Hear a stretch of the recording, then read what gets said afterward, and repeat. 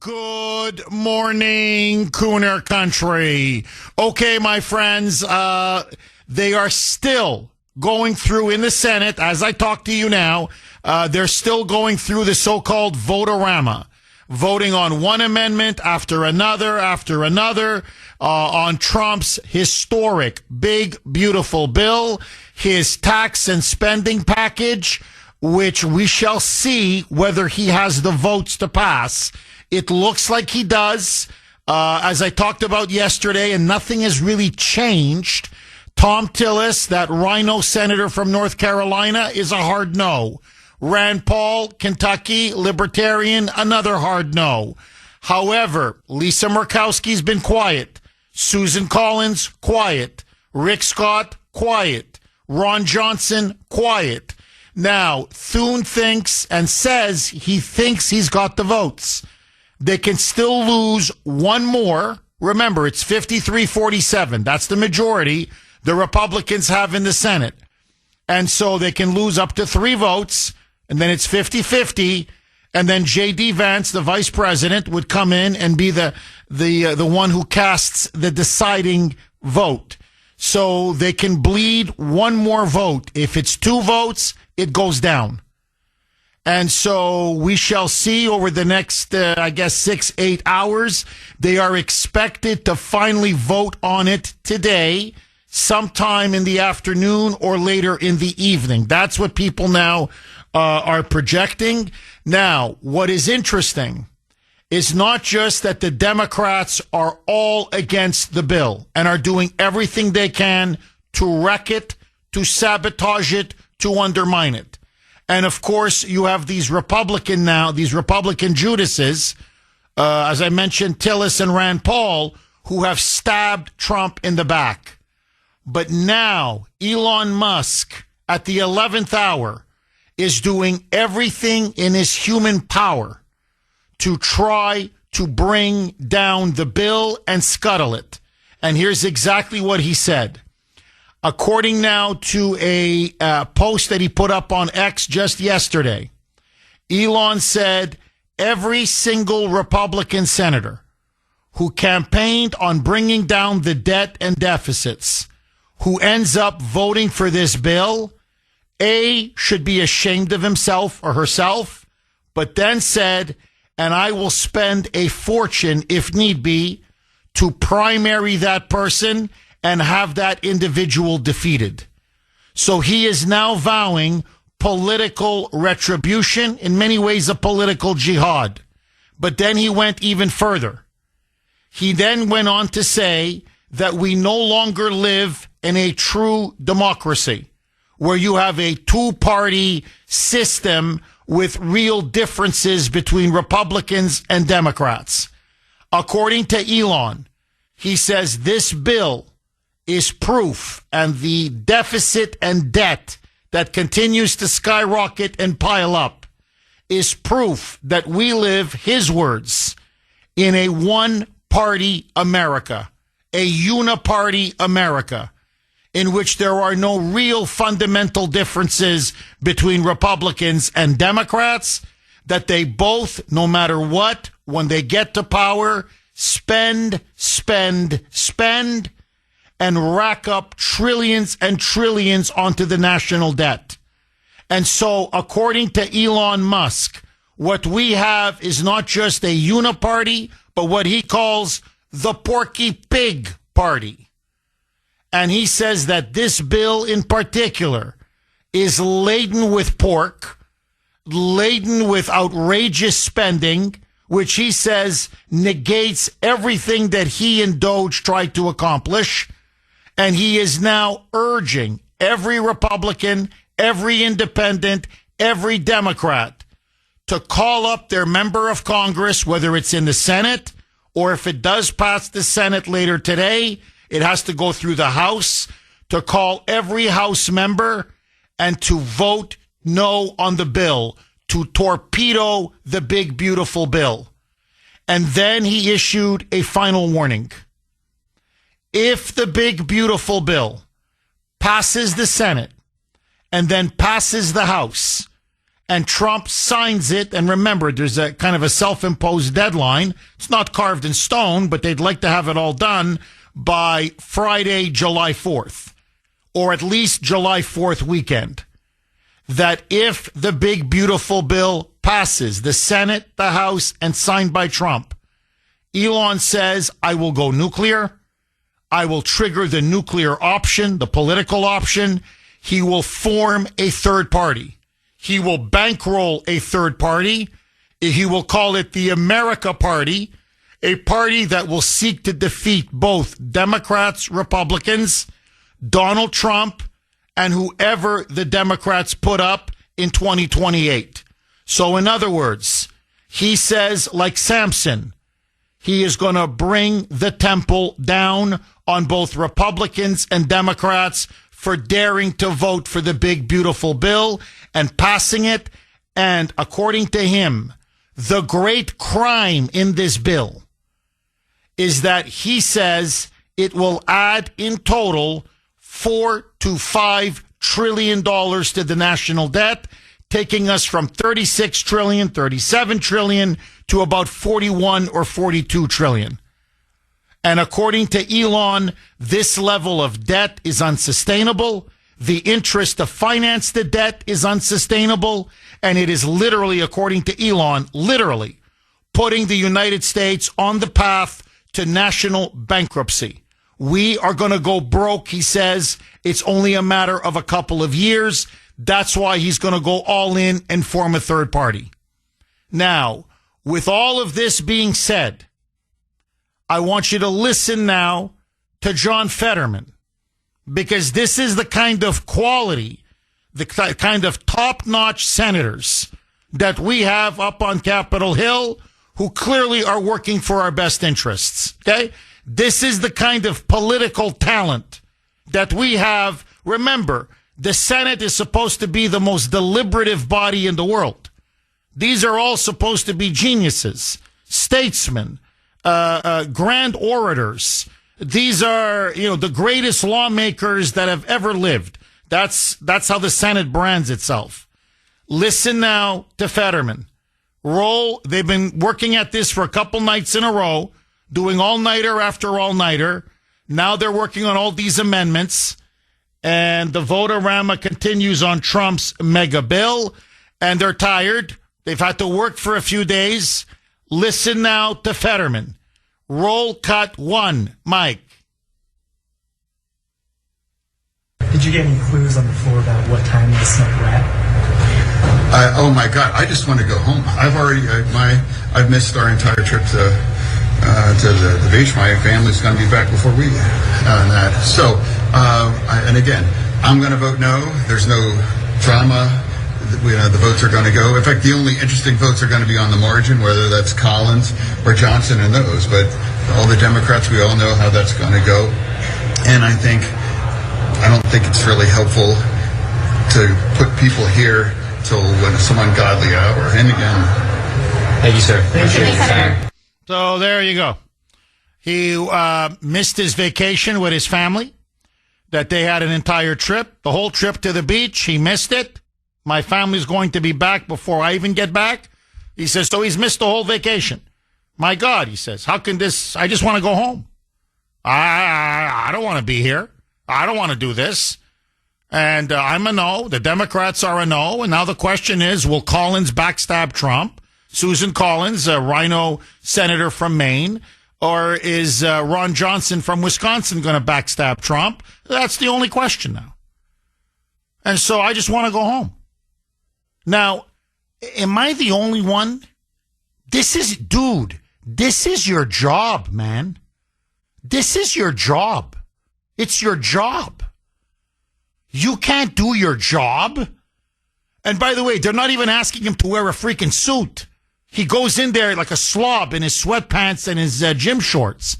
By the way, he's got multiple offices up on Capitol Hill. It's air conditioned. I'm not kidding, beds, leather couches, well-stocked fridge. I mean, you can sleep. Dude, you can eat, you can sleep, you can lay on the couch and watch TV. And then when they need you for a vote, you just get your rear end off the couch and go in there and, make in your sweatpants and then make your vote and go back and keep sleeping. I mean, it's not that hard, man. So, look, I disagree with Elon Musk. I mean, I think he's right. We do have to tackle the debt and the deficit. There's no question. But what's the alternative? You're not going to pass a massive tax cut for the American people. We're not going to have no tax on tips. We're not going to have no tax on overtime. You're not going to permanently change border security in our country by completing the wall and giving ICE all of the manpower, resources, people that they need to be able to deport all of the millions and millions of illegals that Joe Biden allowed into our country. We're not going to rebuild our military. 617-266-6868 is the number. Okay, I want to ask all of you, what do you make now of Elon Musk saying that this is a Porky Pig bill for a Porky Pig uniparty? Blasting Republicans. In fact, he says anybody who votes for this big, beautiful bill, he is going to make it his personal mission to primary and defeat in the 2026 midterms.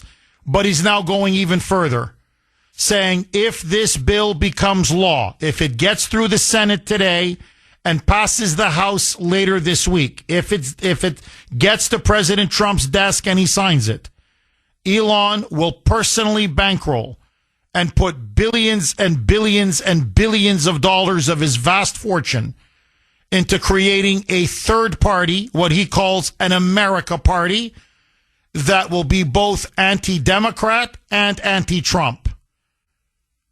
What do you make of Elon now threatening to, as I said, the Samson option? Just bring the temple down on everybody and everything. And furthermore, the big, beautiful bill, as things stand right now, there are two Republican senators. By the way, every Democrat is a staunch no. They are an implacable no. So the Republicans can only lose 3 votes in the Senate. They've lost Rand Paul. They've lost Tom Tillis. They may lose Ron Johnson or Susan Collins. If that's the case, it'll be 50-50, and they need J.D. Vance to put it over the top. It is a razor thin margin. And what is now worrying some Republicans, the changes made to the Senate version of the bill, which the House now is going to have to vote on, may anger enough moderate, rhino, centrist House Republicans that they may not vote for the bill now in its current form. So this is going to be incredibly tight. It is going to be, Trump is going to have to thread the needle again. Thomas Massey is already a no in the House. So basically, House Republicans, should this get to the House, can maybe afford 2, maybe 3 defections.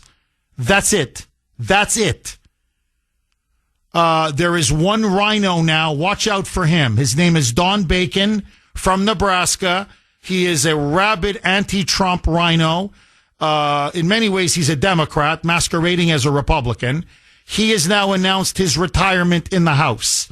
He now has come out and said, I will vote no on this bill and potentially torpedo Trump's presidency. So they've already got 2 hard no's in the House, on top of 2 hard no's in the Senate, with such close margins. This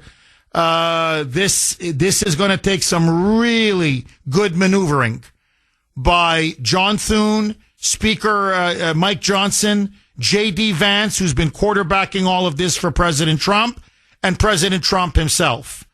And so Elon now, sensing blood in the water, now believes that he can make the final push that will convince enough Republicans to bolt, fearing a primary challenge bankrolled, funded by him, to abandon the president and not just sink the bill. Let's be very, very clear. If the bill goes down, this will do tremendous damage to Trump's presidency. In many ways, his presidency is on the line. So many of his campaign pledges, promises, and priorities have been squeezed into this bill. I mean, I'm just giving you the most obvious. Extending the 2017 tax cuts and making them permanent. No taxes on tips. No taxes on overtime. By the way, huge tax cuts for factory construction. So this thing is going to unleash a massive economic boom. Stephen Miller and Tom Homan have come out and said, this is the best border security, the provisions in the bill. This is the best border security bill maybe in the last 60 to 70 years, maybe in the last 100 years. It will finish the wall. It will permanently seal the border. And it will put hundreds of billions into mass deportations so that we can get rid of all of the illegals that Biden came in. This is going to really beef up ICE, Border Patrol, and DHS so they can go into sanctuary cities and just clean them out one by one. Holman says you're insane if you don't vote for this bill just on the border provisions alone. Then you have what it's going to do to rebuild our Navy and our military. It's also going to unleash American dominance, energy dominance, more oil refineries, more natural gas refineries. It is going to help drive the cost of energy down. It's going to save money for us on our electrical bills, our heating bills, the price that we pay at the pump. There is so much in this bill that is going to fulfill Trump's fundamental campaign promises. And yet, here we stand. Trump has already lost 2 votes in the Senate, maybe a 3rd vote, we shall see. And he may need J.D. Vance to put it over the top, and then its fate is uncertain in the House. And you now have Elon looking to put the knife in. And by sinking the bill, he knows perfectly well he is sinking the singular achievement of Trump's second term, the big, beautiful bill, and everything that he has promised to deliver for the American people. Now, let me just say this. Yes, we have a problem with the debt and the deficit. Nobody's been saying it more often than the Kuhner man. But this is not the time or the place to enact unrealistic spending cuts that Democrats will never support, rhinos will never support. This will never pass the House, never pass the Senate if you put in deep spending cuts. This is fantasy on the part of Elon Musk. And as Trump has said repeatedly, after the bill is passed, we can pass what are called rescissions. In other words, it's not as if for 10 years now, there's nothing we can do to rein in or bring down the debt or the deficit. So if they're really serious about codifying the Doge cuts, they can. Okay, I want to ask all of you really 3 questions. Okay, I know they say in talk radio you should only ask 1, but with the quality of Kuhner Country, this audience, we can easily ask 3, in fact, even more. So, number 1, do you support the big, beautiful bill? Do you think Senate Republicans should pass it? And then if it does pass the Senate, which it looks like it will, fingers crossed, should the House Republicans pass it and deliver it to President Trump for his signature by July 4th or the July 4th weekend? Or are you against it? In other words, do you agree, say, with Senator Rand Paul or Elon Musk? Do you think this is a bad bill ultimately for the country and the Republicans should vote it down? I want to hear from you. 617-266-6868 is the number. And then really, Elon Musk. He's now threatening to primary any Republican that votes for this bill. And as he put it, he's calling it we live in a one-party country, a uniparty, what he calls the Porky Pig Party.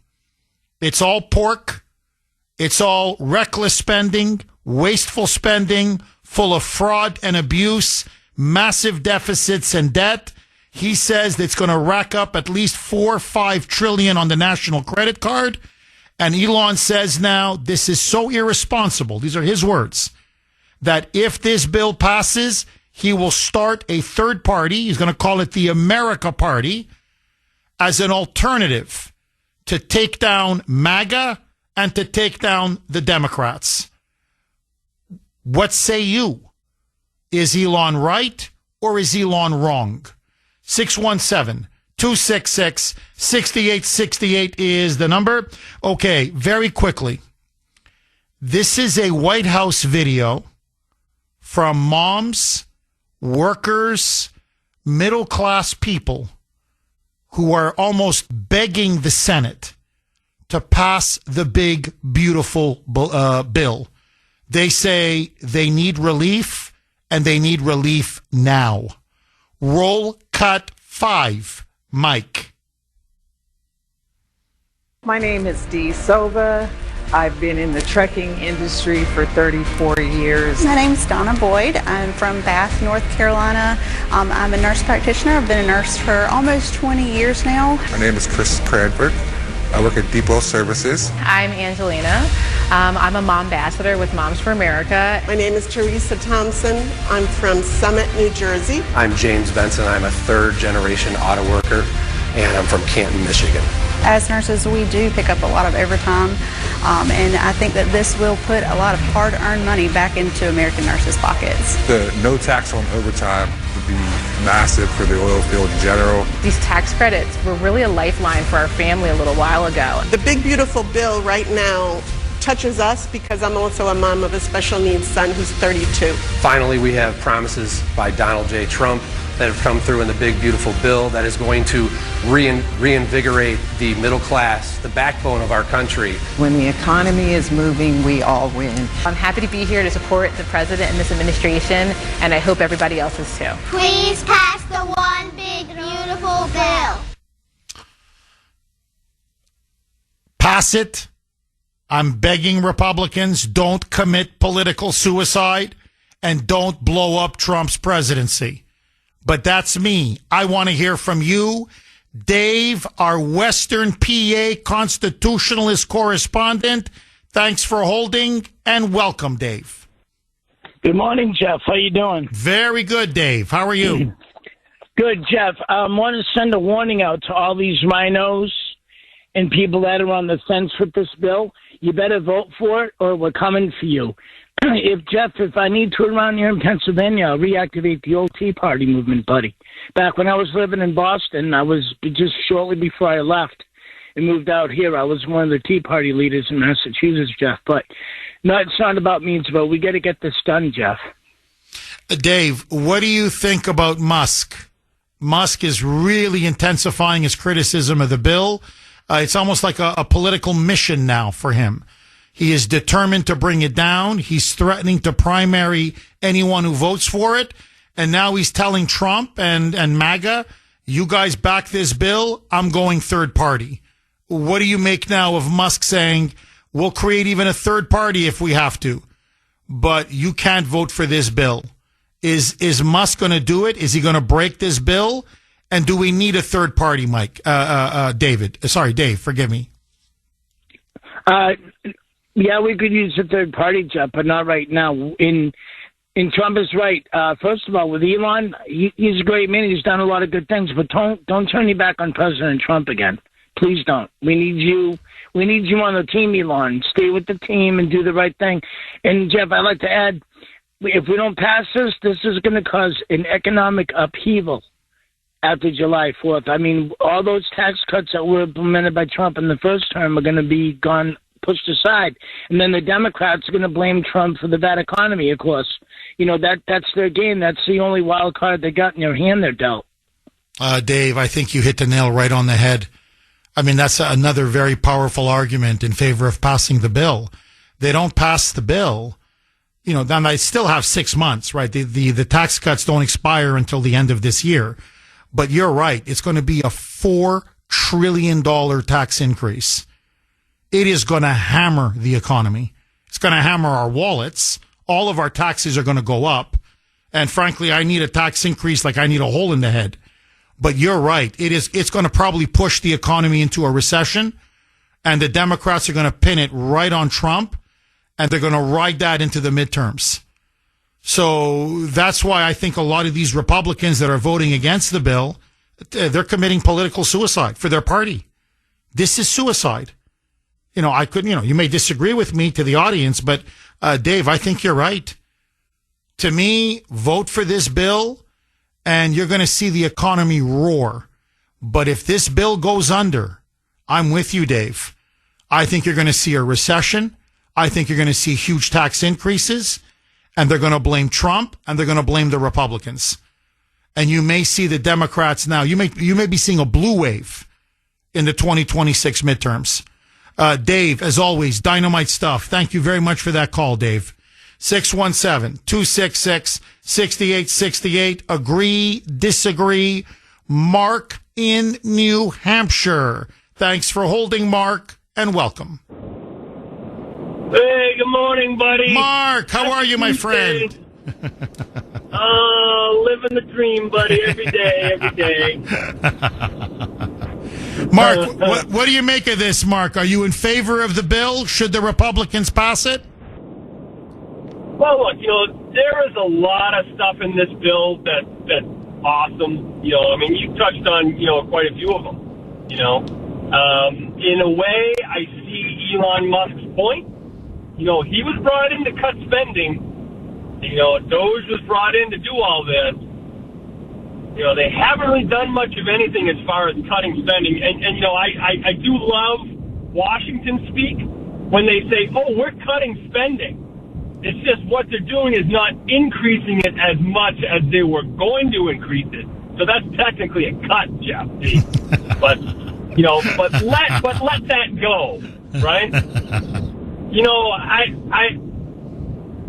Part of me looks at this and says, yet again, we're doing what we always do, which is make these massive bills and then put a lot of great stuff in it. The tax cuts, the no tax on tips, border security, manufacturing, all this stuff is great.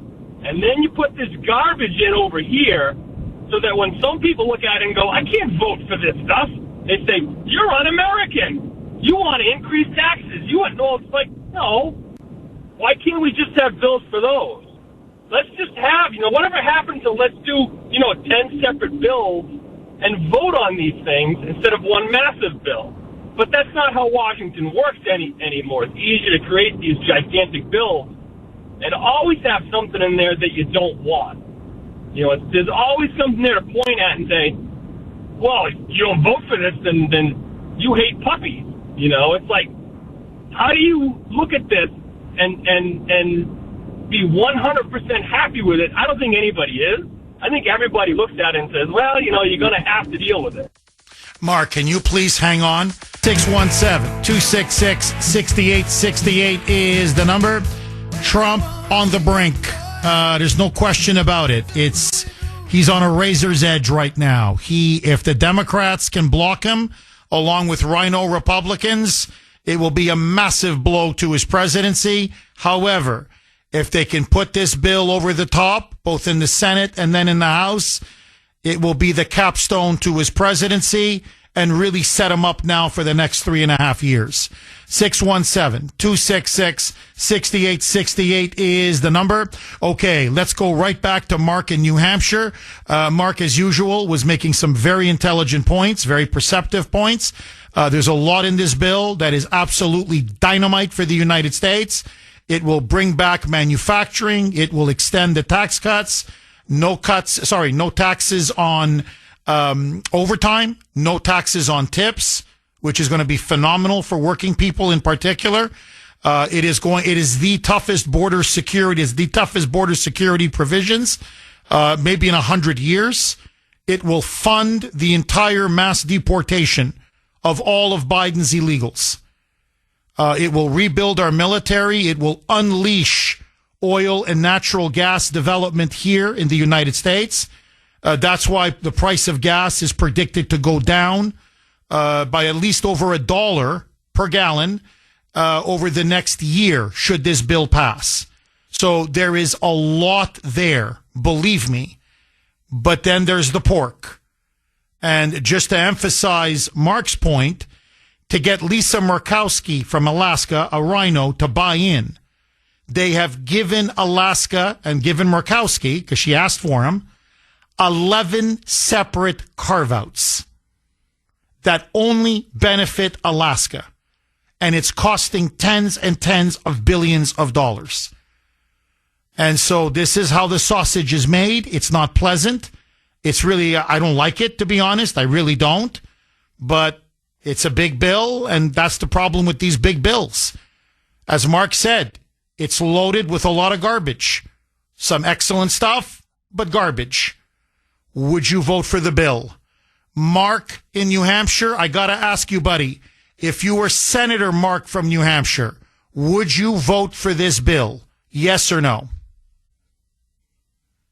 No, as much as I would have to hold my nose, yeah, I would probably vote for it. You know, my thing with this whole thing, though, Jeff, is, and you even said it, yeah, we'll have spending cuts, just not right now. That's been the comment for probably 30 years, Jeff, since Reagan. You know, yeah, we'll do spending cuts. Just you know, let's just get this done, and then we'll work on spending cuts. Here's the problem, Jeff. A president really only has about a year and a half to get anything done. Because as soon as you get into that second year, 6 months into it, it's the midterms are coming. We can't do anything crazy. We start talking spending cuts now, we're going to lose control. We're going to lose our control of the House. And then the other side's going to take control. You know, this is the problem. I don't think anyone in Washington, separate maybe just a couple people, are actually serious about, like, actually cutting spending, you know, shrinking the debt. I think most of them are happy with just signing their names to bills and, you know, voting on stuff that just jacks up the debt. I mean, it's not their money. They just keep blowing through it. They look at it as, you know, we'll just keep our power if we can keep spending the money that we're spending. And you know, sure, it's going to be economy, I'm sure, is going to boom after this thing passes, Jeff. I don't have any doubt at all that's going to happen. It's probably going to be great for us. You know, great for the working class, great for our, you know, keeping the border safe. I have no problem with any of that. It's just the attitude that, yeah, just do it now, and then we'll work on spending, knowing full well that by the time this is implemented, we'll be too close to the midterms to even consider cutting spending.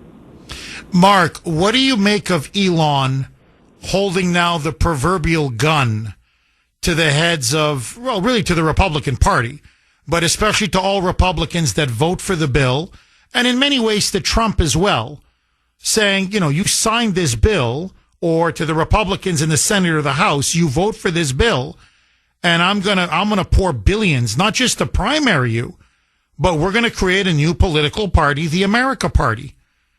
And we're going to do this to defeat both Democrats and Trump MAGA Republicans. Do you think Elon is serious, or do you think he's just playing mind games? I think in a way he is serious about it. You know, maybe he was a little naive to think that he could come in and put these, you know, cuts in, and Congress would go along with it, and they would act on what he says. And you know, he's been the CEO of some great companies, some amazing businesses. But Washington is a different animal. You know, it's not like a business. You know, you can't come in and say, look, if we do all this, we're going to cut all this spending. Yeah, that's terrific, but then we're going to take those cuts and we're going to double it up and we're going to spend twice as much. Because that's how Washington is. You know, do I like what Elon's doing? I don't know. I don't think he, you know, I don't think he really should. I think he should be, you know, a little less vocal about it. But, I mean, at the same time, I do get what he's trying to say, which is, you guys promised me spending cuts. You know, you guys ran on cutting this debt. And yet here we are, once again, doing what we always do, which is, you know, jacking up the debt. increasing spending. But again, there's two sides to this. One side, we're raising the debt, but the other side is we're going to fix a lot of the crap that Biden dumped on us. So I guess you have to swallow that bitter pill and just hope that the revenue comes into the federal government from all these, increases in jobs and production and, the economy. Yeah, and the tariffs. No, you're right. No, Mark, you add in the tariffs, which is bringing in massive revenue. You're going to bring in, all of the new jobs that are going to be created. It's going to expand the tax base. Tax revenue is going to pour into the federal coffers. That's why Trump keeps saying over and over again, he goes, trust me, I have a plan. The economy booms. You combine that with tariffs. You combine that with energy dominance. You combine that with some cuts we're going to be making, say, in the federal bureaucracy and USAID and foreign aid.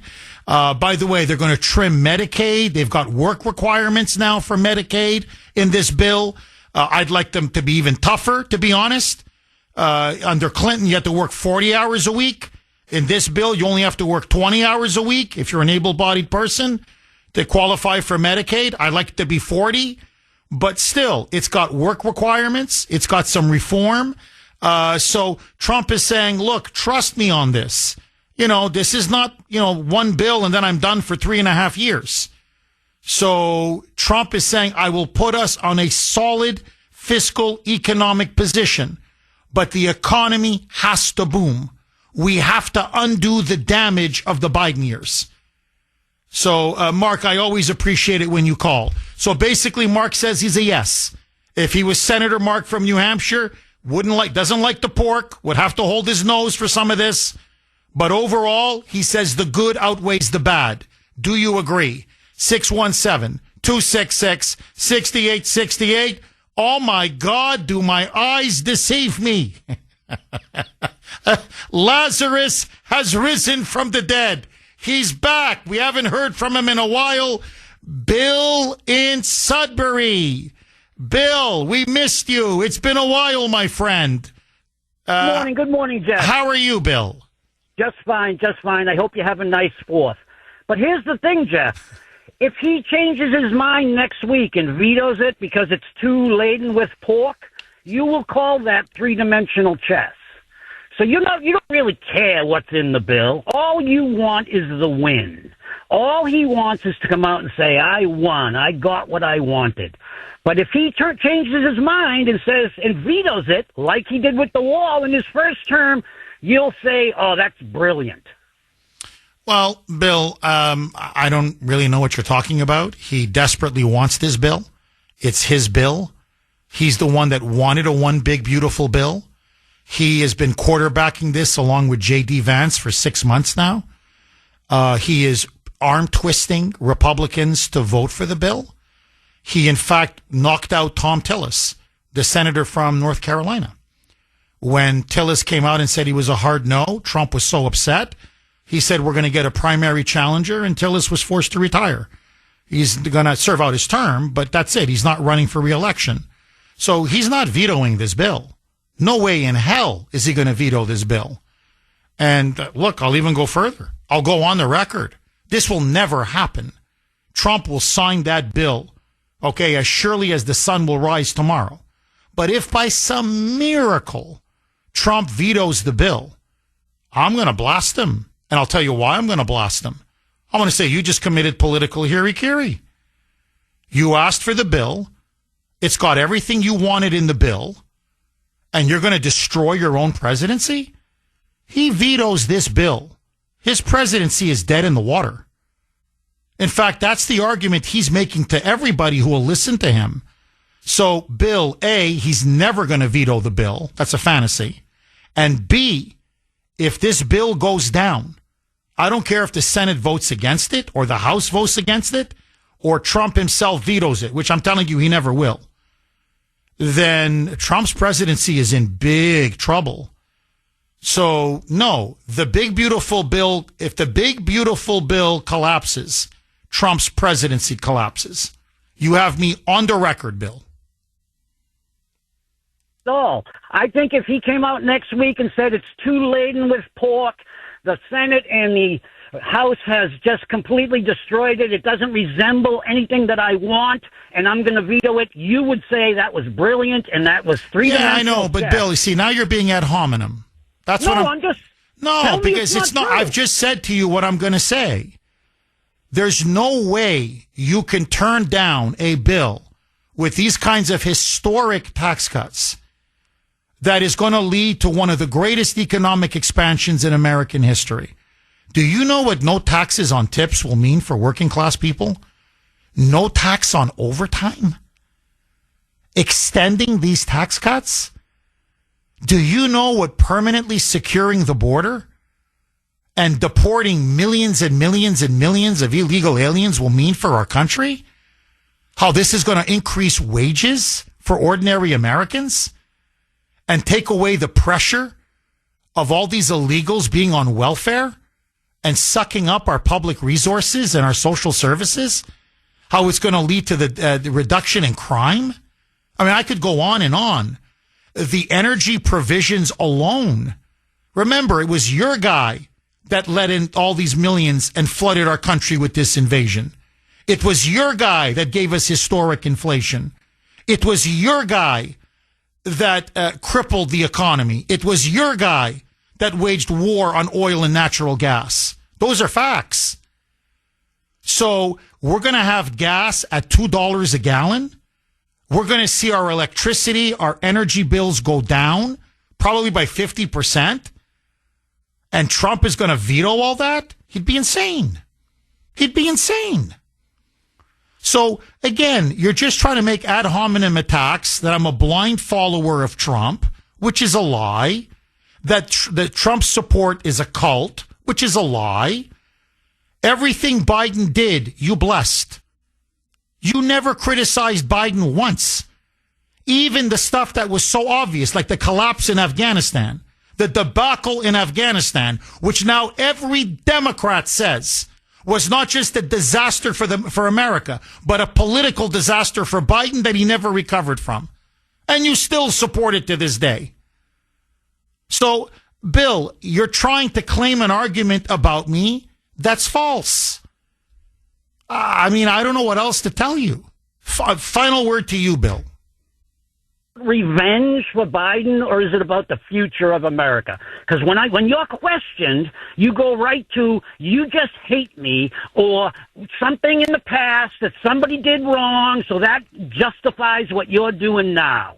Is this about revenge for the past, or is this about actually doing something good for the future? Because you don't seem to be clear on that. You go back and forth. Well, no, it's about undoing the damage. Yes, revenge. The damage. Well, no, it's not revenge. When you take a business and you run it into the ground, which is what Biden did to the country, you bring in a CEO to turn it around, and he undoes the destructive policies and decisions of his predecessor. That's what we elected Trump to do. That's what he's doing. What to me is incredible is that somebody like you with a straight face who supported the previous CEO, even though the whole world can see what a disaster he was. In fact, the guy's a mental vegetable. Now you got prominent Democrats saying the guy was out of his mind, suffering cognitive decline. You've got scandal after scandal now. This guy wasn't even in charge of his own signature. And yet you supported Biden every step of the way, blindly, fanatically. And now that Trump is coming to fix all the damage that Biden did and people like you did by supporting Biden, I'm the bad guy. Trump is the bad guy. And I wouldn't even talk about revenge if I were you.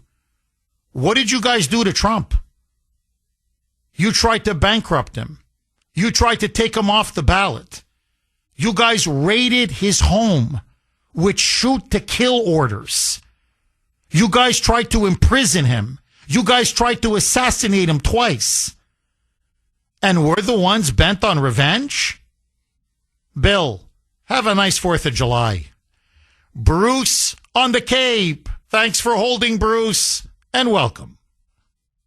Hey, Jeff, good morning. Thanks for your show. We thank God you switched from being a professor to the talk show guy because you really reach a lot of people. There's not enough hours in the day. Thank you, Bruce.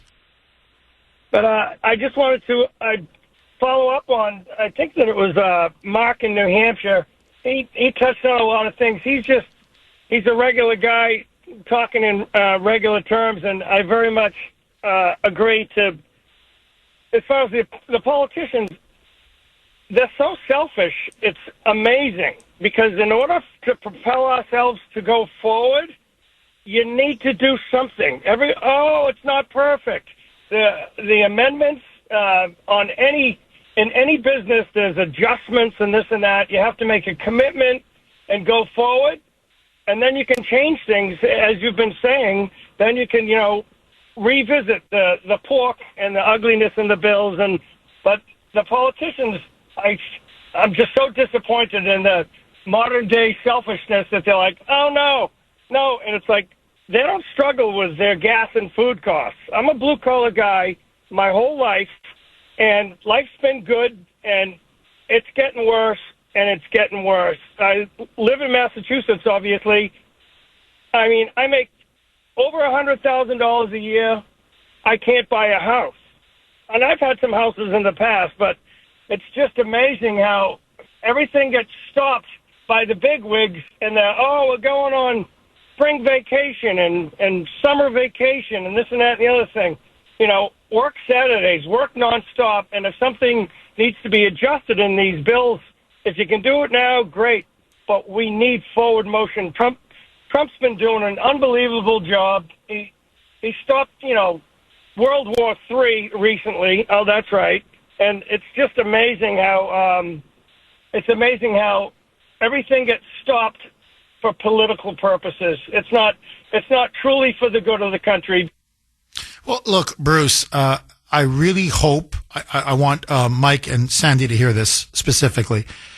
Take out what he said about he's a blue-collar guy, a working-class guy on the Cape, making $100,000 a year, and he can't afford to build a house or to buy a house.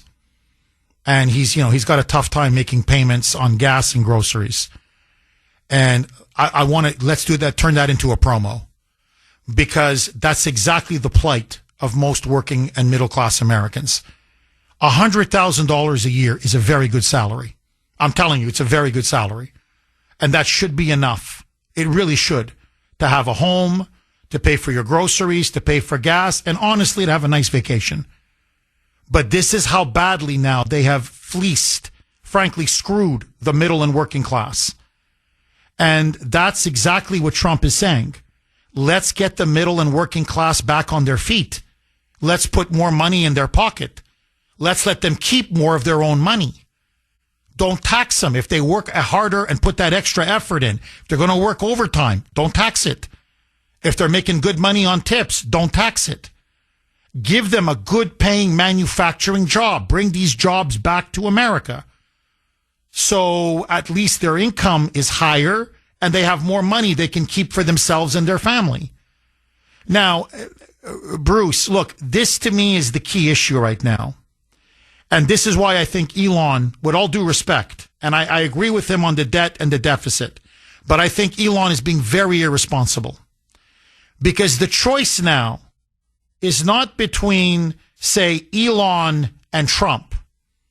Okay, in other words, one guy maybe wants more spending cuts now.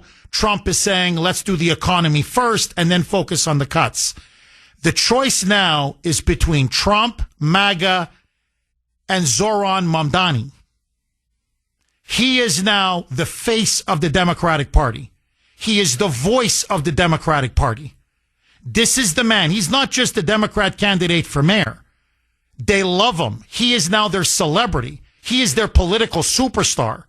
Literally, Democrats are swooning over this guy. AOC loves him. Bernie loves him. Elizabeth Warren loves him. He's been meeting now with Obama. Okay, apparently Obama now is coaching him so that he can now really rise to, commanding heights.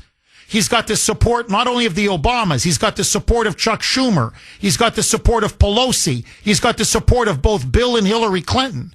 So they are grooming this man to be the leader of the Democratic Party, the voice of the Democratic Party. Now, he is, and I'm choosing my words now very carefully, he is a Muslim communist. A Muslim communist. And now he has come out, and he said it, Bruce, not once, not twice, but 3 times. Should he win in New York, and the polls now show he's going to win, he's not just going to do free childcare, and putting free in air quotes, i.e. taxpayer funded free childcare, free bus fare, free subways, city-run, government-controlled grocery stores, which means you're going to have bread lines. He's not just going to decriminalize prostitution and drugs. By the way, safe injection sites. So you're going to have junkies, addicts, shooting themselves up now all over New York. Defund the police. Literally, abolish the police and replace them with social workers. Abolish all prisons. Just let the prisoners out.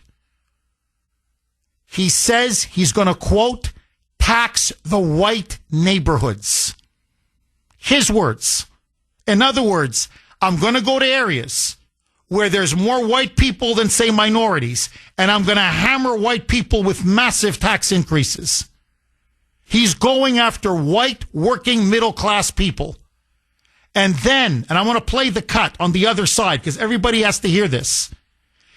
I never thought I would hear this phrase in the United States of America from any major political figure.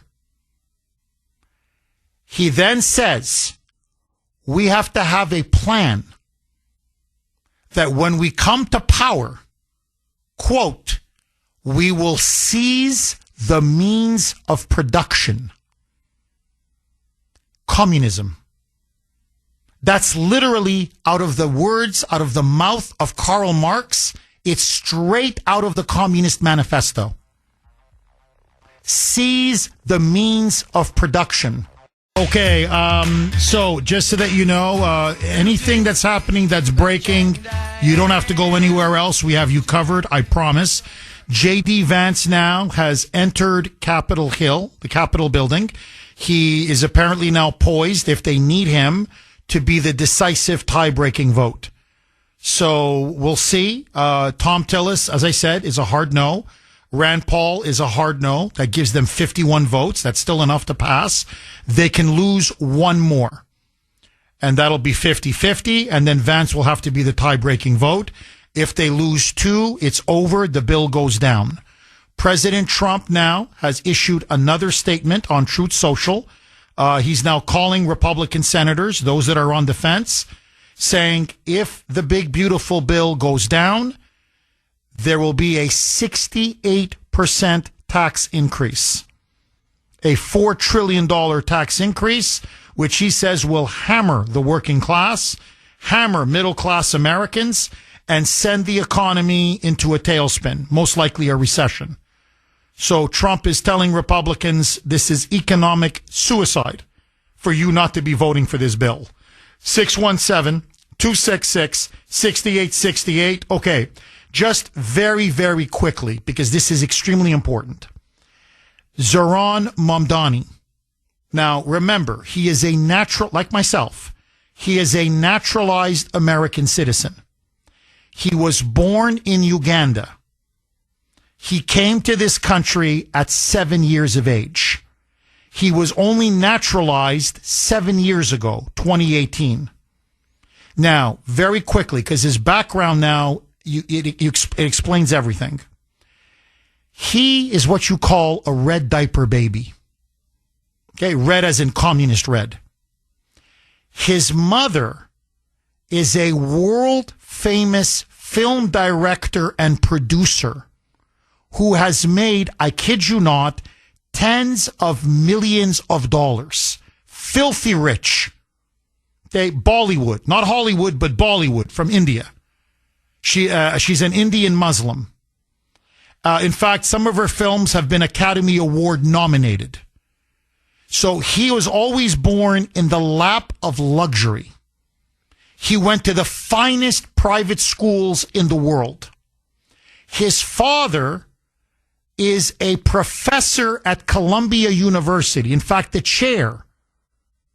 He's also, like Obama's father, what you call a post-colonialist. He is a Marxist, like Obama's father, who hates and despises the first world, Europe, the West, America, and believes that the ills of the third world are to be blamed by, or lay at the feet of Europe, of America, and especially of white people, just like Obama's father and the United States.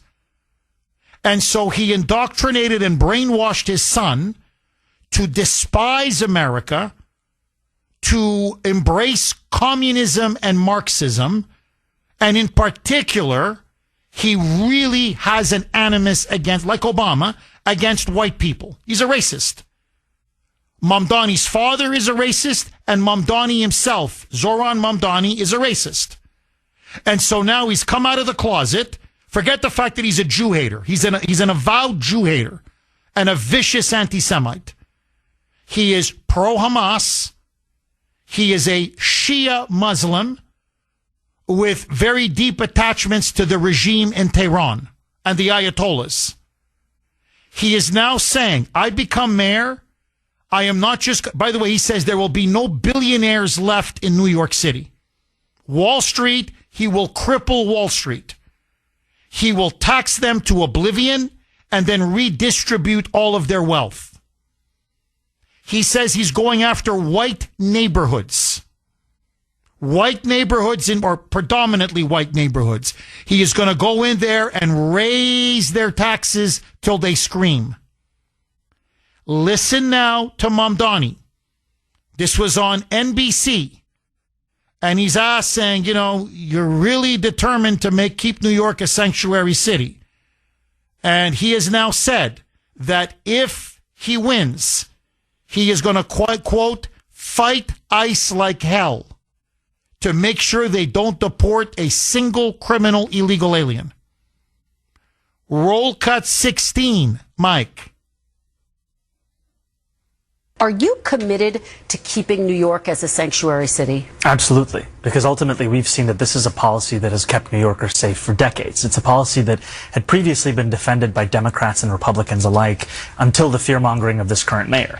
And it's a policy that we've seen ensures that New Yorkers can get out of the shadows and into the full life of the city that they belong to. And it's one that I will be proud to stand up for. There you go. Oh, well, nothing says safe like illegal aliens crawling everywhere. That's, hey, nothing says safe like a sanctuary city, huh? Now, it's not just that he's pro-criminal, wants to completely defund the New York Police Department. He wants to abolish prisons. That's on his platform. In a speech that he delivered in 2021, this is to the Young Democratic Socialists of America Conference. I want you to hear it. He's now telling, remember, this is AOC's people. She's a Democratic Socialist of America. This is Bernie's people.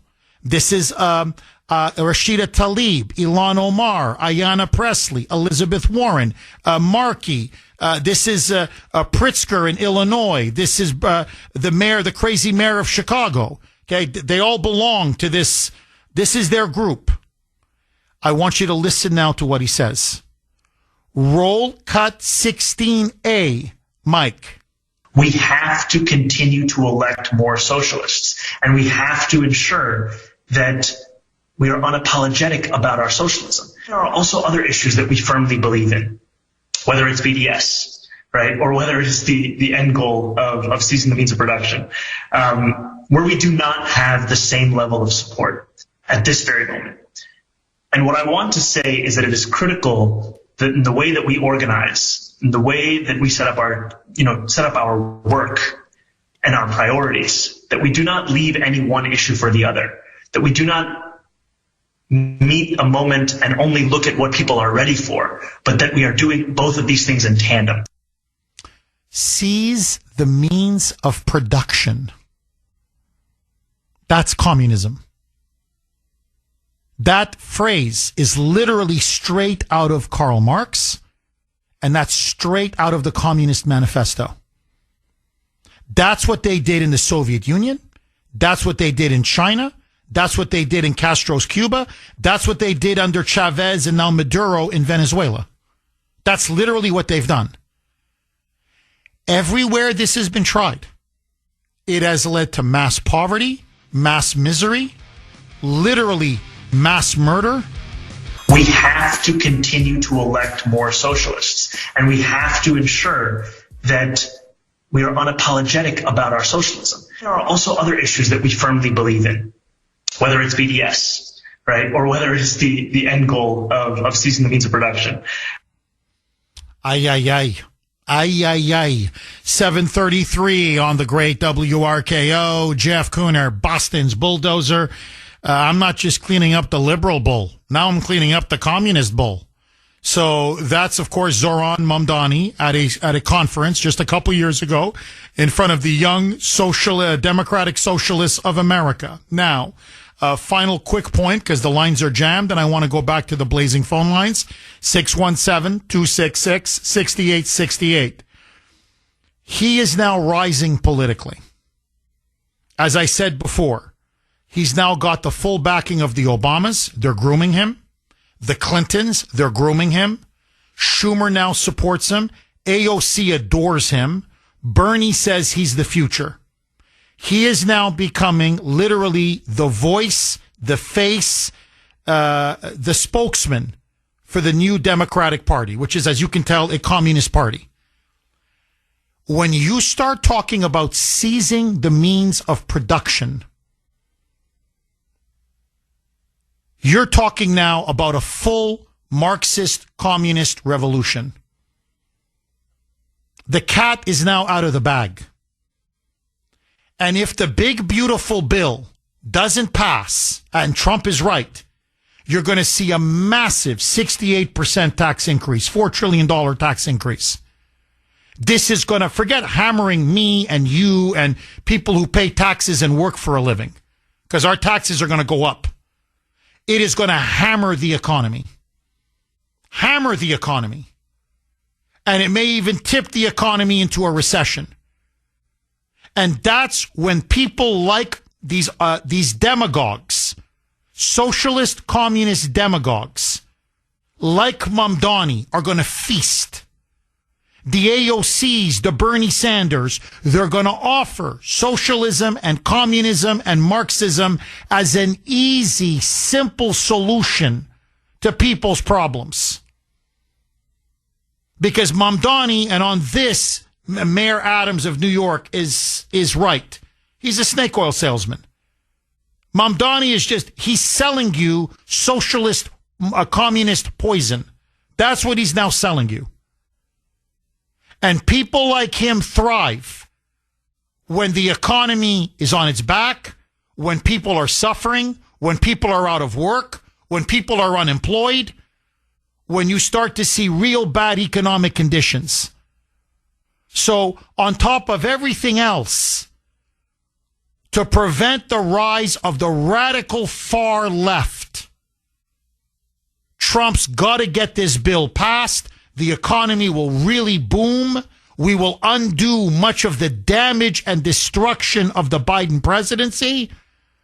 And working middle class people will have money in their pocket and a real economic future.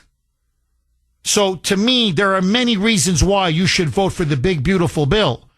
But if you want to neutralize the likes of Mamdani and AOC and Bernie, you got to pass it with this bill. A booming economy lifts all boats. And a Trump economy will destroy the radical left. And that's why Trump is saying, look, let's get the economy on a solid foundation. Let's stop the border invasion. Let's have a mass deportation that can take out millions of illegals. Let's get gas and oil prices way down by unleashing energy production here at home. If we do all of this, then the left will fizzle and socialism will die on the vine. Agree, disagree, 617-266-6868 is the number. Artie in Arlington. Thanks for holding, Artie, and welcome. Good morning, Jeff. Hi, Artie. I think the only way out of this is government-funded elections. If you don't take the money out of this problem, it's just going to continue. I mean, everybody's up for sale. If the government funds all the elections and you can't get these special interests dumping money into these candidates, then they'll listen to the people. They won't listen to the money. And they're going to groom people like AOC and Mondavi. They'll dump money into their elections. They'll get them elected. Billionaires like Musk and George Soros will keep dumping money in. And who loses? We have no vote. The millionaires and the billionaires have the votes. Take the money out. Have the government fund every election. And that way, special interests or lobbyists will be done. Well, Artie, look, in theory, your argument is very sound. Okay? It's very logical, very coherent. There's no question. Okay? No question. The Supreme Court has ruled repeatedly, whether you agree or disagree, I'm just stating this is the big hurdle, that the Supreme Court has ruled that money is speech. That, in other words, if Artie wants to cut $1,000 check to Donald Trump's campaign to show his support for President Trump, then Artie has the right to do that. That if you have simply just government-funded elections, that means, well, if Artie wants to give $50 or $100 or whatever, $1,000 to show his support for Trump, he can't. If he wants to buy a sign for Trump, he can't.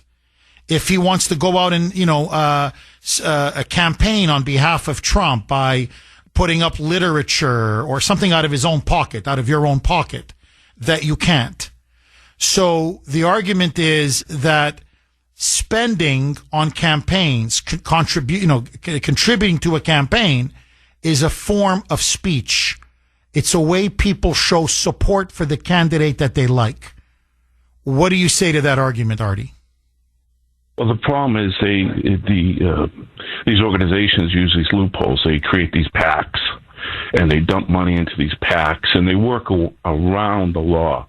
If we can create a new law and somehow make it so so these big guys can't come in and create these PACs and dump all these money into these candidates. There's got to be some way. There's got to be some law that we can control that. If we don't control it, they'll create a million different PACs, and they'll just keep dumping money into these candidates, and we'll never get out of this mess. It'll be impossible.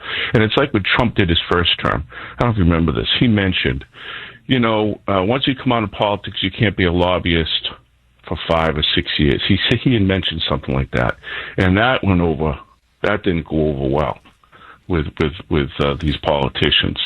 So we see what the game is. You vote their interest. When you get out in a few years, you get paid. Get a nice job. Yeah, you get paid. I wish it was a job. It's not even a job. You work for a lobbying firm and you just get paid. I mean, it's disgusting. By the way, that's what Tom Tillis is doing. That rhino from North Carolina. When I say he's in bed, I'm telling you, he's in bed with the Chamber of Commerce. And he's already got a big lobbying gig lined up. The guy's going to retire in 2026. So he's still got another, almost over a year. So, and he's already got a lucrative lobbying gig lined up. So he's getting paid for stabbing Trump in the back. And that's why I said, yesterday? I said, no. Trump and the entire Republican Party, they won't. The party won't do it. But say, any lobbying firm that hires Tom Tillis, we're not taking a phone call, an email, a visit. You're not going to lobby us because we're not going to listen to you. You're persona non grata. You're a pariah if you hire this guy. In other words, he's not going to get his 30 pieces of silver because no one will want to hire him because the guy's toxic. But instead, he's going to get hired by a big lobbying firm and they're going to pay him, and they're going to pay him big money. He's got a pot of gold now waiting for him for stabbing Trump and the American people. And by the way, just don't take my word for it, Artie. In North Carolina, okay, whatever you think of the BBB, the big beautiful bill, North Carolina, they love the BBB. They want him to vote for the BBB. So he's voting against his own constituents, his own citizens, his own voters. Why? Because he's going to line his pockets. Artie, love the call. 617-266-6868 is the number. Okay, let me ask all of you, quick reset. If you were in the Senate right now, would you vote for the BBB, the big beautiful bill? Would you vote against it? And Elon says he's going to go third party if it passes and Trump signs it. 617-266-6868 is the number. Okay, I want to go straight to John in Dunstable, but just before I do, I'd love to ask the audience this question because I find it a bit bizarre. There are now a series of videos that Zoran Mamdani is now releasing. And it's trying to make him seem cool.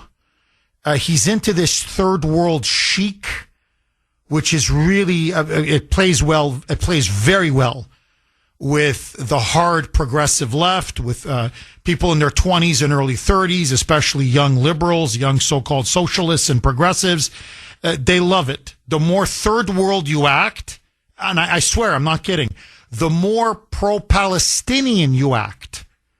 Like if you wear the shawl, the keffiyeh as it's called, the Palestinian shawl, they love it. It's like you're a sex symbol. I'm serious.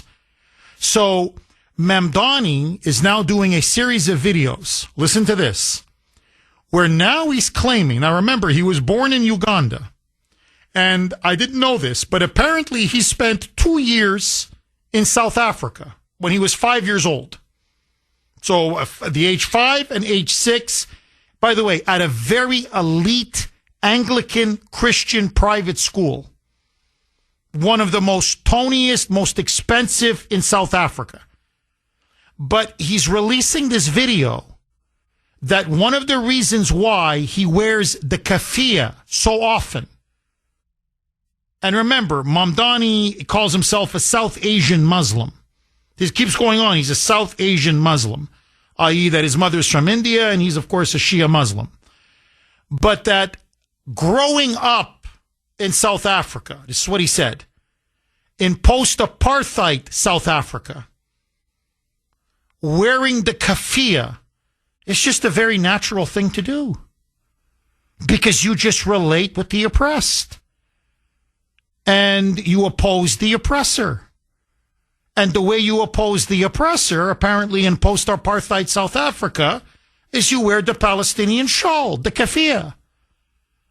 Now, as many people point out, he wasn't raised in South Africa. He only spent 2 years in South Africa because his mother is a big film director, as I said, worth tens and tens of millions of dollars. And so she would do films in that part of the world or whatever. They were a jet-setting crowd. But that's number one. Number two, in South Africa, nobody wears the keffiyeh. Nobody. Whites don't wear it. Blacks don't wear it. The different tribes, the Zulus, nobody wears the keffiyeh. No black South African ever wears a keffiyeh. Like he's just making this bull, you know what I want to say, this bull crap. He's just making the whole thing up. He's a poser. It's all performative. It's all like the oppression Olympics. And then he's going on about, growing up in New York City as a South Asian Muslim. Oh, I had it so rough. Nobody could relate to me. But I had my keffiyeh. And with my keffiyeh, I found my voice and my strength. I swear to you. That's the garbage he's pushing out in these videos. And I'm looking at this and I'm saying to myself, let me get this straight. You had a mother who literally is a world famous film director who's made $30-40 million. You have a father who is the chair, a professor at Columbia University. You lived in a multi-million-dollar penthouse apartment. He was raised in a multi-million-dollar penthouse apartment. He went to the finest private schools, $100,000 a year. The elite of the elite schools. This guy's only had a job at the age of 30. That's as a state assemblyman, if you can call that a job. So basically, he's been living off mommy's money. He's a trust fund baby. He's a TFB, a trust fund baby. And you're oppressed? And then there's a video of him. This I can't wrap my mind around, which apparently young progressives are going crazy over. He's eating a bowl. It's halal. He's going on about, halal and how he loves halal. And how the only problem is the halal is great, but it just costs too much. Because, a guy like him who's, lives in a multi-million-dollar penthouse off mommy and daddy's money, for him, whether halal is $10 or $8 is such a big difference for a guy like him. So he's complaining that it's a $10 halal, but it should cost $8. And he's eating the rice with his hands. And for some reason, that's like really cool, like third world chic. And I'm looking at this and I'm like, and he just keeps eating as he's talking. He keeps eating the rice, the halal, with his hands. Like what? You don't use silverware? What is it? You can't afford a fork? Like what? I'm sorry. What is it cool now to just eat with your hands? No, really. Like, do Palestinians? I thought Palestinians used a fork and a knife. Like, what? Do Palestinians eat with their hands? Like, that's it? They'll eat anything with hands? Meat, vegetables, rice, just everything with a hand? Like, if somebody could explain this to me, is this a new thing on college campuses? You wear a shawl, you wave a Hamas flag, you chant death to the Jews, and then you eat halal with your hands? You eat rice and whatever, the slices of meat, you eat that with your hands? Like, is a fork and knife too Western? Is it too American? Is it colonial settler oppression? I don't get it. But for some reason, him eating with his hands, they love it. I swear, you can't make this up. 617-266-6868. John in Dunstable. Thanks for holding, John, and welcome. Jeff, thanks for taking my call. My pleasure, John. Jeff, we voted President Trump in to do what he's doing. The man gave up so much, Jeff, so much money. They tried to bankrupt him. They tried to imprison him. They tried to kill him twice that we know of, Jeff. That's what we know of. There's probably been other attempts that just didn't go the way they wanted. Let's not forget, Jeff, that the Democratic Communist Party wanted to feed us just a couple of years ago bugs. They wanted us to eat insects, Jeff. And in this state, they're getting catered meals from Spinelli's in East Boston and Linfield. They're two restaurants. Let's not forget. Let's look at the big picture here, Jeff. And the big picture is that if President Trump doesn't get this bill passed, and this economy collapses, that's what we're going to be doing, eating bugs, and it'll be the destruction of our country. The people have to ban, and I've said it to you before, Jeff, ban around the president. He was voted in. He hasn't led us down the wrong way yet. What is the problem with the people holding their nose on a bill that he's proposing to pass? I'll tell you, Jeff, I'm flabbergasted that people are talking the way they're talking. It's really unbelievable. The man is a genius. He's gonna resurrect America the way it's supposed to be, and lead us into the future. If the commies, the Democratic commies, don't want the bill, then we want the bill. That's the bottom line, Jeff. And as far as I'm concerned, like I said at the beginning, we voted him in, let him do his thing. Nothing that he does could be as bad as what that demented piece of trash did when he was in office for 4 years. Should I say, the communist Obama that the great American people voted in twice. Well, look, John, you hit the nail right on the head. Right on the head. And look, just on the border alone, this bill is worth supporting. It's going to complete the wall. We're going to get so many border patrol agents. It is going to permanently seal the border. It's going to direct $150 billion. That's with a B, to beef up, add ICE agents, deportation resources. Now we can deport all of Biden's illegals. We can literally repel the invasion. That's why Tom Homan, I should play cuts of Tom Homan. He gave a press conference. He's losing his mind. He's like, I don't understand why any patriot would be against this. He goes, you don't want to secure the border once and for all? You don't want to get rid of all these illegals that came in under Biden? Like, have you lost your minds? So you don't want to get rid of the murderers and the rapists and the sex traffickers and the drug dealers? You don't want to see crime go down? You don't want safe streets, safe cities, safe neighborhoods? Then you look at the fact that just the deregulations in the bill, the tax cuts in the bill. Look, honestly, John, I swear to you, if you remember, even a year ago, over a year ago, at the convention in Milwaukee, or just about a year ago at the convention in Milwaukee, and Trump came out and said, we're going to pass no tax on tips. We're going to pass no tax on overtime. People said he's crazy. Everybody was saying, all of them, all the experts, you can't do that. That's impossible. He's lying. He's just saying this to get votes. Well, here it is. No tax on tips. You know what that means for servers, waitresses, bartenders, people in the restaurant, bar, the service industry? Huge. Huge. No tax on overtime? Now, my father, God rest his soul, he passed away.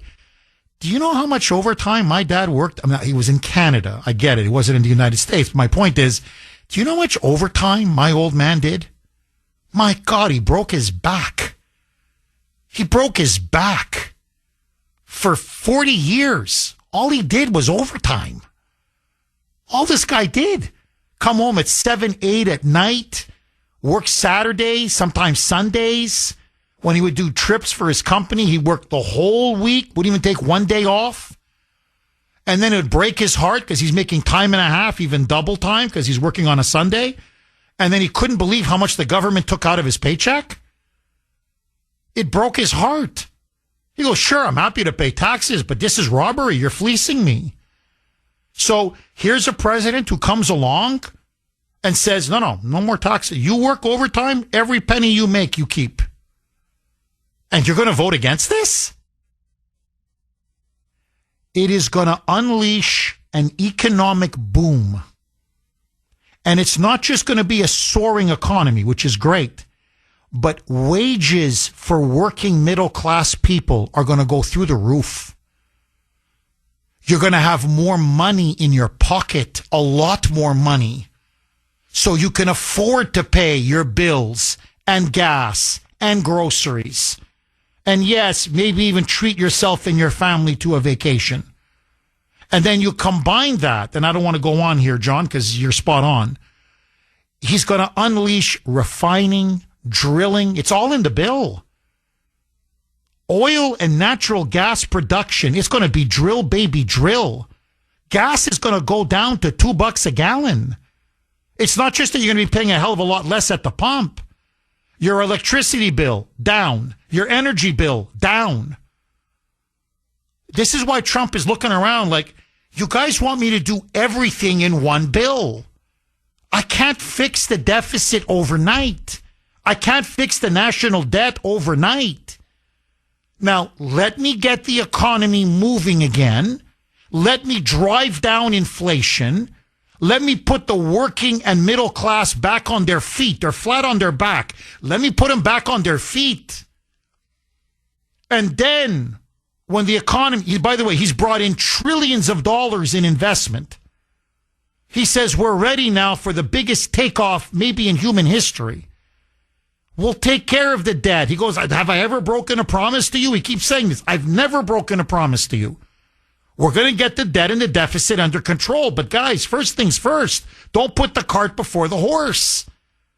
And by the way, just politically, he's not a stupid man. He says, so let me get this straight.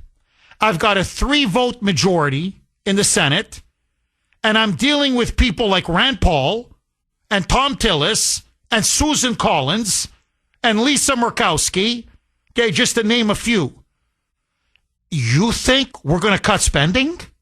You seriously think we're going to cut spending? And then he says, I'm dealing with a 3-vote majority in the House, and there's more rhinos over there. He goes, so what? I'm going to cut spending, and then what? Nothing gets passed? We get nothing? Like, has everybody lost their minds? So, look, I feel for the guy. Really. I've never seen a person do so much for his country, sacrifice so much for his country, care so much for his country, and be surrounded by so many freaking ingrates. Everybody is shivving the guy. The media is screwing him. The Democrats are screwing him. The rogue judges are screwing him. The rhinos are screwing him. Everybody keeps screwing this guy at every turn. And if he would just be allowed to do his thing, everybody would prosper. Because he's got the right policies. And John, let me just say this, because this needs to be said. What did they all say 3 months ago? Do you remember? It was universal. The Wall Street Journal, Fox News, I'm going to call them out. The New York Times, the Washington Post. This is CNN. It didn't matter. The tariffs are going to lead to massive inflation. Remember that? The stock market's going to crash. This is going to be the end of the stock market. The S&P 500. My God, you're going to lose your shirts, your retirement, your 401k. It's all going to go up in smoke. You remember that? Inflation is down. The stock market, here, just a couple days ago, record high. It has never been higher. S&P 500, never higher. NASDAQ, never higher. The stock market, Dow Jones, never higher. So the claim that these tariffs, and I said this, I said, it's not going to lead to massive inflation. You're being lied to. It's going to bring back jobs. It's going to bring back manufacturing. Yes, and industry back to the United States. It's not going to lead to massive inflation. They're fear-mongering and they're wrong again. And here we are. And now he's got to deal with Jerome Powell. That SOB, my personal opinion, he should fire him. I'm telling you, I know it's going to create a huge uproar. Fire Jerome Powell. Trump is 1,000% correct. We have low inflation, and it's going lower and lower. So why are interest rates so high? And Powell turns around and says, well, we don't know the unintended effects of these tariffs 3 months from now, 6 months from now. And Trump makes the obvious rebuttal. Well, if inflation starts to tick back up, raise the rates. But why are they so high now? Because borrowing costs are super expensive. This is costing us $600, $700, $800, $900 billion. It's costing this country a fortune. And it's freezing the housing market. I know my wife, Grace, Dr. Grace, she's a real estate agent. She says, Jeff, the housing market, it's frozen. It's dead. Tell me, to all the realtors out there, am I wrong? Is my wife wrong? You can't buy a house. You can't sell a house. You can't flip a house. You can't move a house. Why? Here, I spoke to Dan O'Connell a couple weeks ago. Okay, and he's a super duper real estate agent. You know, big deals. Massachusetts, southern New Hampshire. He's one of the best in the business. I said, is it tariffs? He goes, no, nothing to do with tariffs. It's Jerome Powell. The interest rates are way too high. He's blocking Trump's economic recovery. Trump is right. Cut the damn rates. And then so yesterday, Caroline Leavitt went out, I don't know if you saw this, John, and had a chart and said, look at all these countries with much lower interest rates than ours. And look at their rate of inflation compared to our rate of inflation. They have our inflation, if not slightly higher. Switzerland, 0.25%. Literally 0.25%. 0.25%. The housing market in Switzerland is booming. So, working middle class people can't buy a home. They can't even refinance if they say want to invest in their home or do some remodeling in their home or whatever it is. In other words, nothing is moving because the interest rates are too damn high.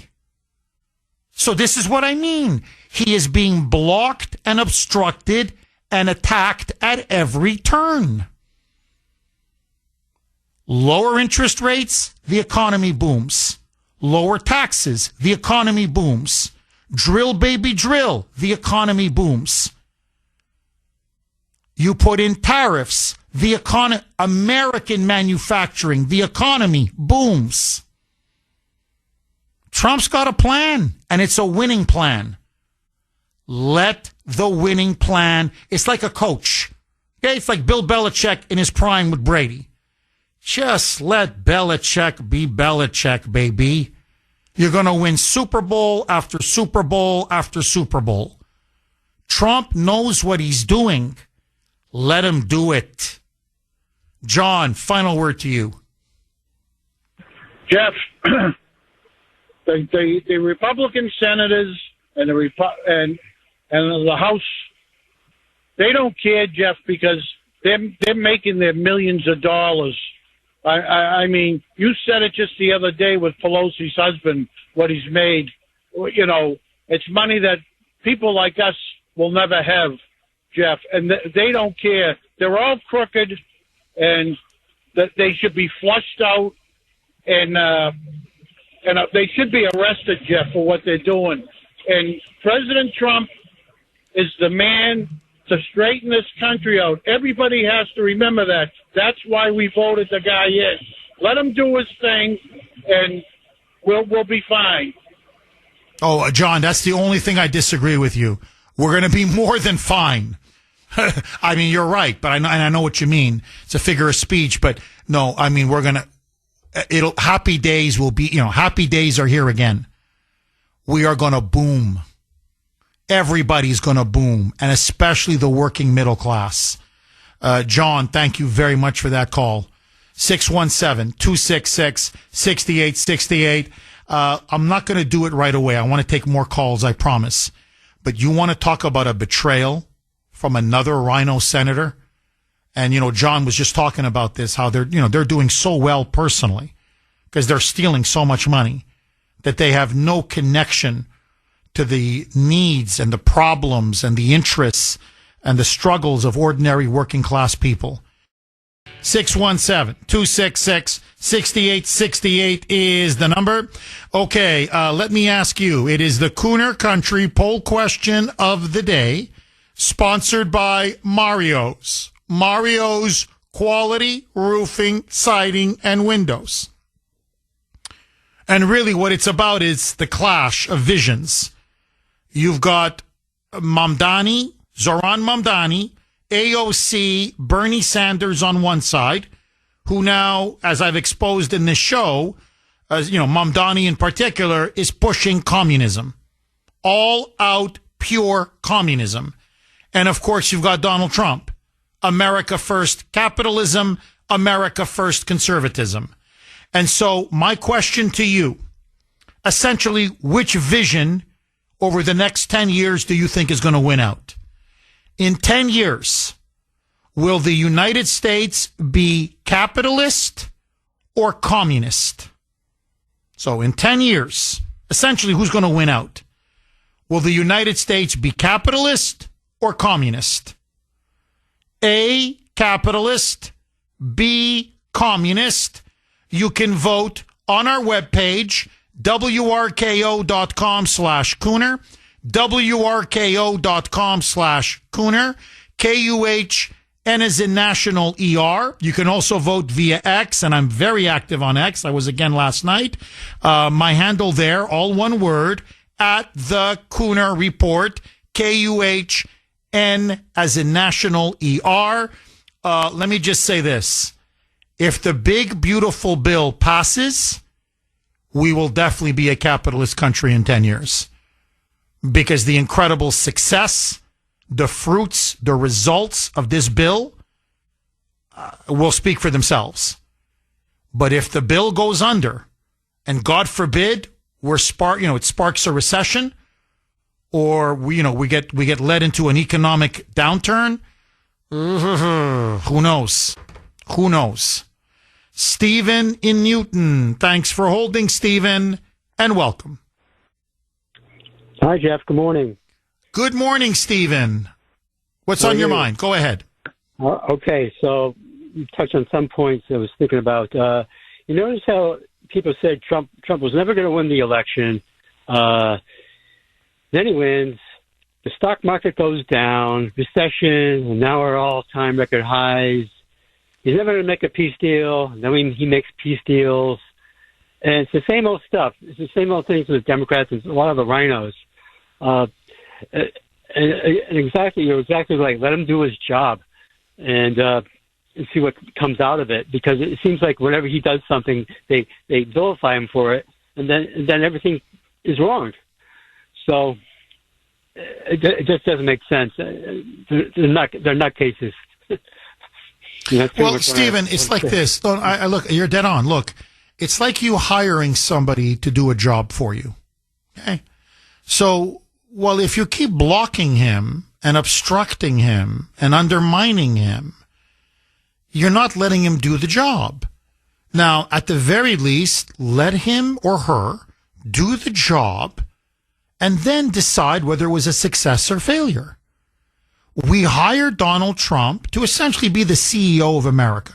That's essentially what, I know it's a lot more than that, but essentially that's what a president is. Okay? And let him be the CEO. Now, we have midterms. Already within 2 years, you can, start registering your vote, whether you think he's, on the company or the country, in this case, is on the right track, his policies are working or not. And if you don't like it, after 4 years, you can fire the CEO. But at least give him a chance to show us what he can do. Now, based on his first term, his previous track record, I think he's earned a lot of trust. Based on the incredible success of the first 6 months, I think he's earned even more trust. And to me, Stephen, after a while, when everything he does, and I'm not saying he's, perfect, he's without flaws, he doesn't make mistakes, he's human, of course. But, for the most part, he's been right and his critics have been dead wrong. They've been wrong about everything. He's been pretty much right about everything. Up to and including, I'm sorry, I just got to mention this. You know what he did with Rwanda and the Congo? They've been at war for 30 years. And you know why the media won't even mention it? A, he deserves the Nobel Peace Prize. Okay, both Rwanda and the Congo, the leaders have come out and said what he's done. He's like, look, they're looking around the room like, don't you Americans, we've been slaughtering each other for 3 decades. This man ended the war.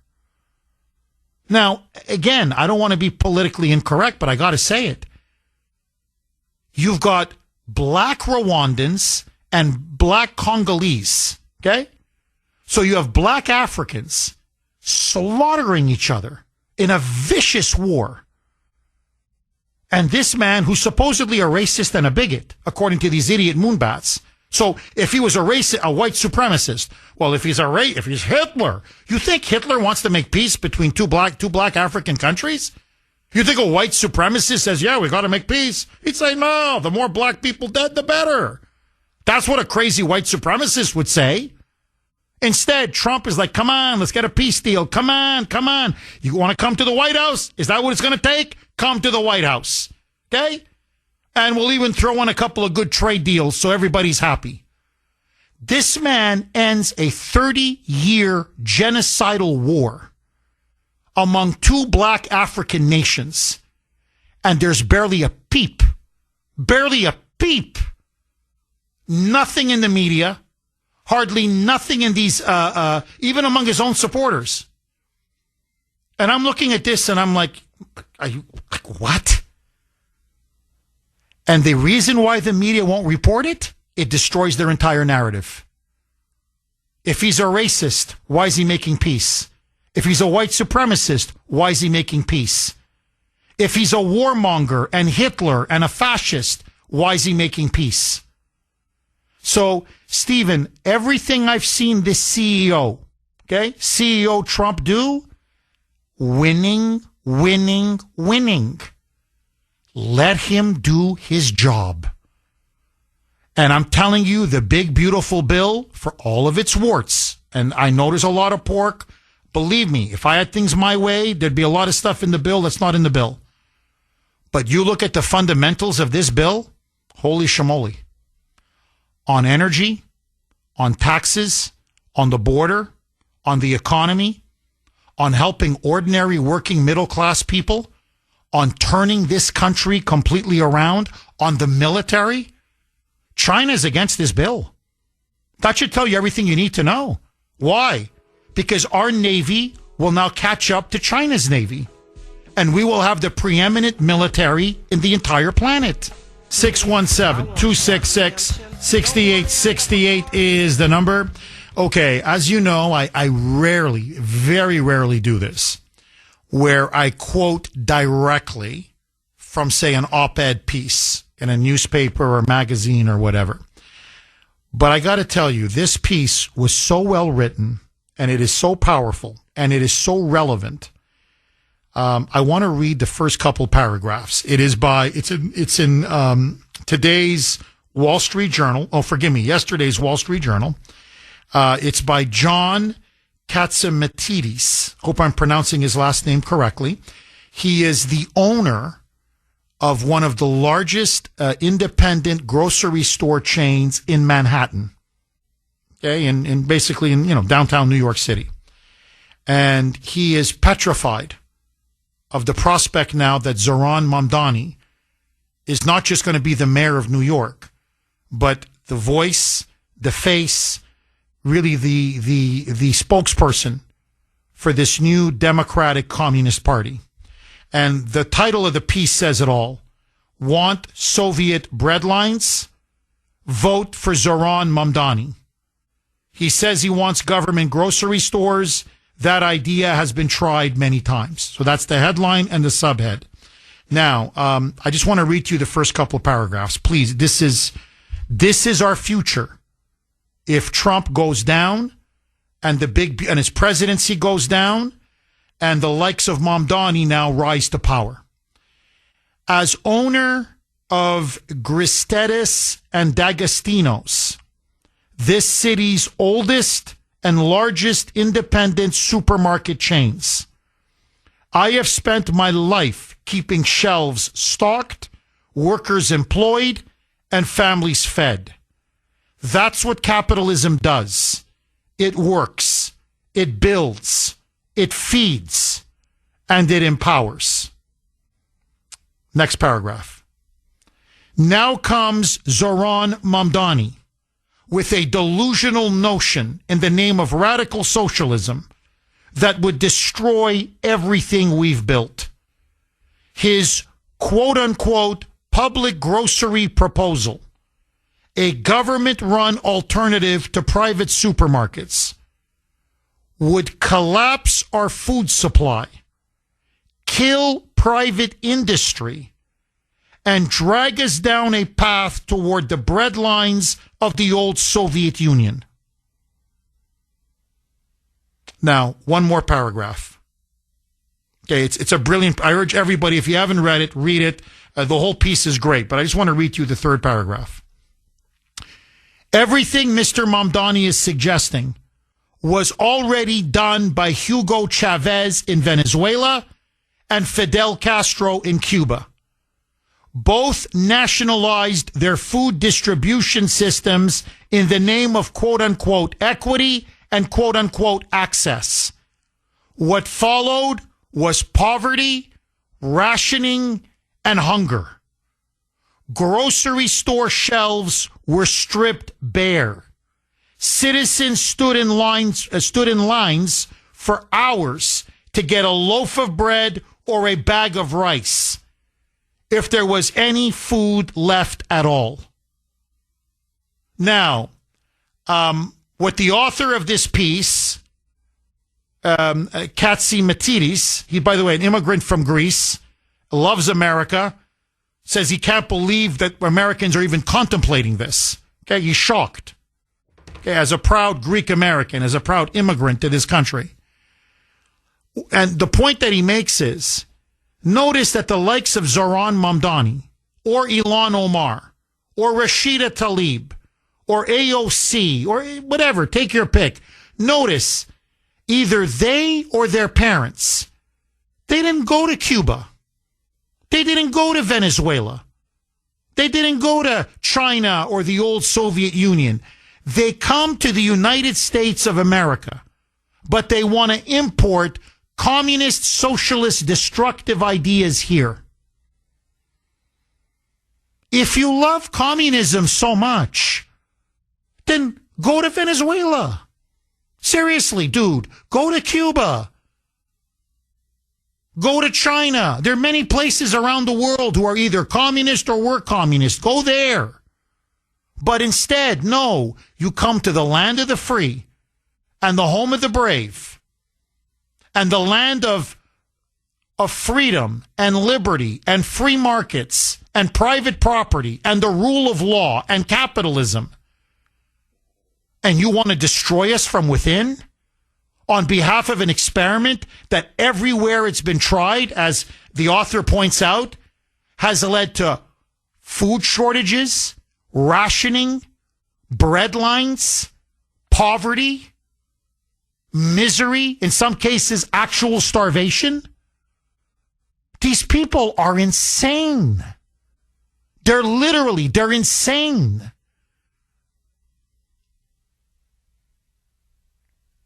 And they're going to vote for Mamdani over Donald Trump. I'm telling you right now, you hold an election today in New York City or in Chicago or in Boston or in Los Angeles, in all of these crazy blue cities, Mamdani versus Trump, they'd vote for Mamdani any day. Here, Bill in Sudbury, if he wants to call back, I'll ask him point blank.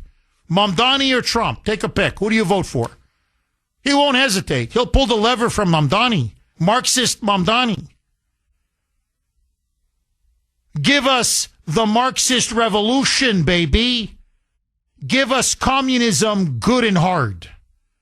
Now, that's the modern Democratic Party. The cat is now out of the bag. If we want to prevent this kind of a future for our country, it's not just you have to get the likes of Mamdani out. And by the way, strip him of his naturalization, of his citizenship. There's something called the Communist Control Act. Look it up. It's still in law. 1954. He lied on his naturalization papers. I know. I did the interview. You are asked point blank in the interview, are you a communist? Or are you a member of the Communist Party? Or do you support communism in any way, shape, or form? If the answer is yes, you do not become an American citizen. He lied in his naturalization interview and in his naturalization hearing. Under the Communist Control Act, he should have his citizenship stripped and ship him back to Uganda. Or if he prefers, I'll tell you what, do Venezuela. I mean, you love the communist revolution so much. You love government-owned grocery stores. That's exactly what they have in Venezuela. By the way, a quarter of that country fled because there's so much poverty and misery. The rest are going hungry. Unless if you're part of the communist elite. Then they eat like pigs. Okay? But for the rest of the population, blank you. So, ship them to Uganda, or ship them to Cuba, or ship them to Venezuela. And look, apparently now Peter Doocy asked the question to Caroline Leavitt. I'll play you the cut. He said, is President Trump now seriously thinking about having an investigation and looking into whether Mamdani's citizenship should be, should he be deported? Should he be revoked and have him deported? Now, listen to Caroline Leavitt's response. Roll cut 18, Mike.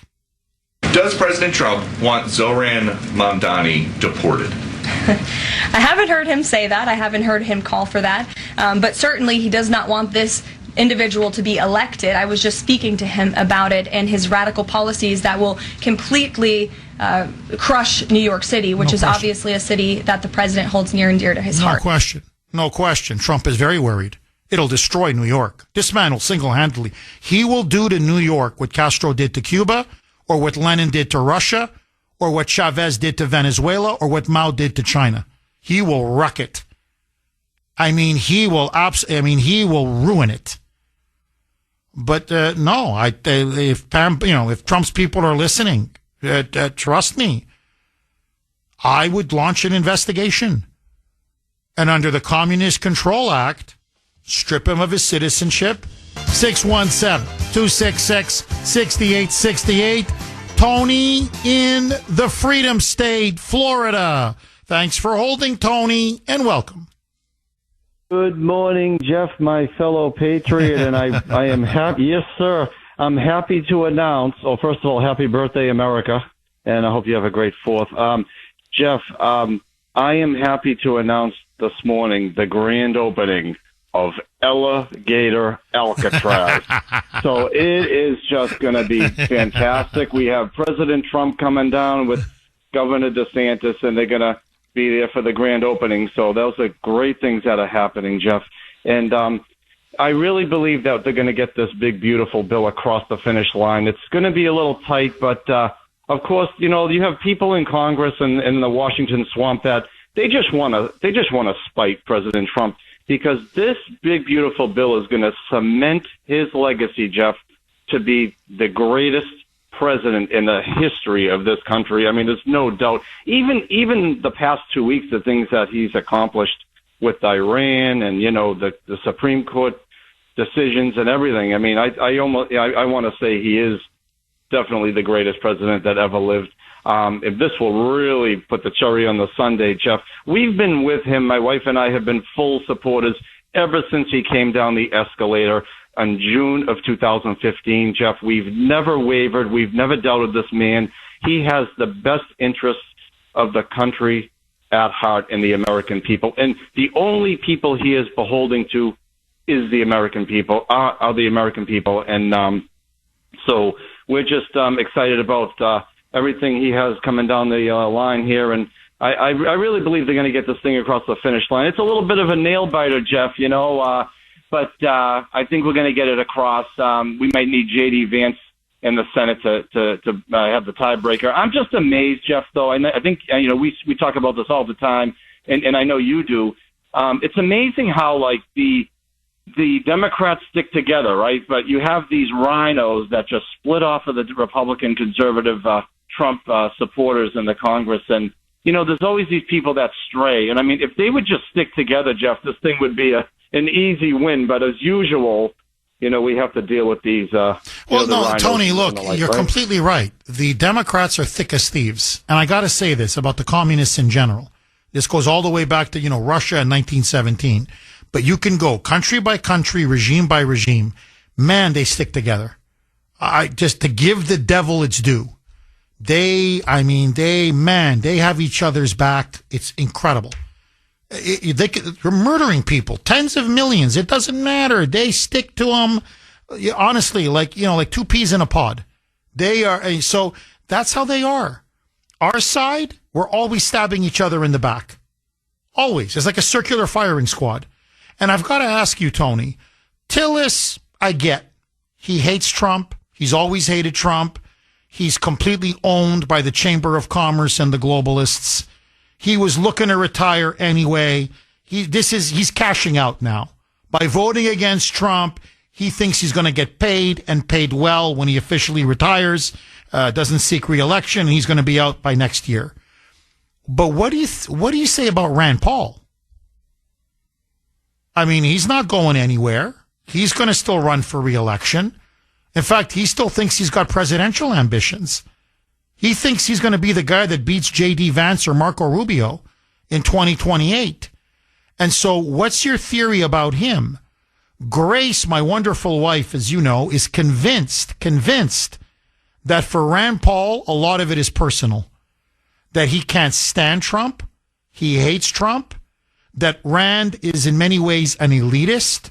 He thinks he's smarter than Trump, more educated than Trump, more of a kind of a philosopher statesman.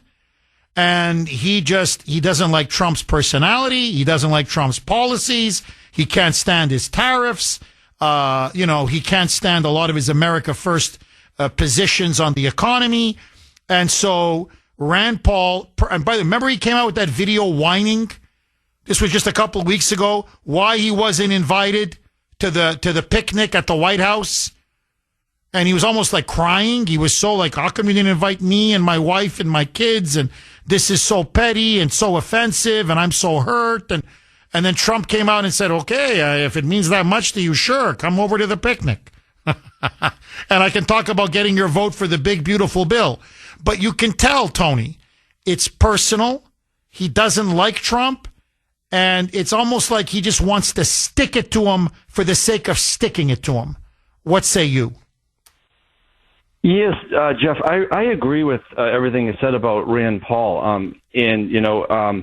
He just represents what a lot of these Washington swamp creatures represent. And it really comes down to they want to put themselves ahead of the people that they represent in their respective states, whether it be Rand Paul in Kentucky or, Susan Collins in Maine, for example, just to take a few examples.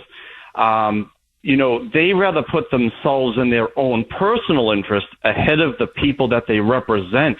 And they forget that, America First means the American people. What's best for the American people, the people that they represent. And they just quickly forget that, a lot of them, once they get into the Washington swamp and there's payoffs and kickbacks, and they just forget about the people that they're representing. And I think that with this big, beautiful bill, I mean, so many of them are forgetting that, that this bill will help the taxpayers of this country, and it will help, to lower the gas prices and all these different things, groceries, everything will come down. It's going to be great for the middle class, the hardworking American people. But they just forget that because they're interested in their own pocket, their own money, their own power. They forget about the people they're representing, Jeff. And I believe that's really the heart of the problem. No, you nailed it. You absolutely nailed it. Tony, as always, thank you very much for that call. And I'm not saying it's the silver bullet, but that's why I keep saying term limits. How long has Rand Paul been there? Like, enough. 2 terms, max in the Senate. 2 terms maximum. And, I'm not saying it's going to solve all your problems, but it's going to solve a lot of them. Because after a while, you saw Kentucky, his constituents love the big, beautiful bill. Again, the polls in Kentucky, it's not even close. So he's voting against the interests, the desires, the wants and needs of his own voters. I mean, I don't know what else to tell you. 617-266-6868. Speaking of North Carolina and Tom Tillis, Janet in North Carolina. Thanks for holding, Janet, and welcome. Thank you, Jeff. Hi, Janet. Thank you so much. You know what? I know. Oh, I'm sorry. I know that Jesus. Well, no, Janet. Look, you see, I mentioned Tom Tillis, and look, your dog starts to bark. Oh, I know. You see what I mean? You see, even the dogs in North Carolina don't like him. But please go ahead, Janet. I just wanted to mention. Well, I know that Jesus sent you to us, and thank you for that, Jesus. Oh, wow, thank you. We are so thankful. Thank you, Janet. You're welcome. This is what Mamdani wants. The investigation. This is what he's about. The investigation into Epic City, right? The East Plano Islamic Center, right, has been stopped. Why has it been stopped? Yet the development is pushing forward, they say. So this will help Mamdani. When this looks good, everything looks calm there. Hey, and you know what they do. They're doing it. It's happening. That is a living, breathing organism. Mamdani is not yet. He's not yet anything. But Epic City is. Jeff, thank you so much for what you do. Thank you, Janet. Thank you very, very much. No, look, he's a Trojan horse. It's very obvious. That's why he's being groomed by Obama. Apparently now he keeps meeting Obama. I mean, apparently it's like they've met multiple times. He's being coached by Obama. A lot of Obama's people are now behind him. I told you the story about CNN. Paul Sperry reported CNN gave campaign contributions. This is a media outlet, if you can imagine this. And they gave money to Mamdani's campaign. So he's got big supporters even in the media. And no, there's no question. He is the Trojan horse. It's not just communism. He wants to Islamicize New York City. He supports Sharia law. He wants to arrest Bibi Netanyahu should he step foot in New York City. Arrest him for what? Like, again, Trump is the dictator? What laws has Bibi broken? Remember, he's the mayor of New York. So, yeah, if you break New York state law, the NYPD can arrest you.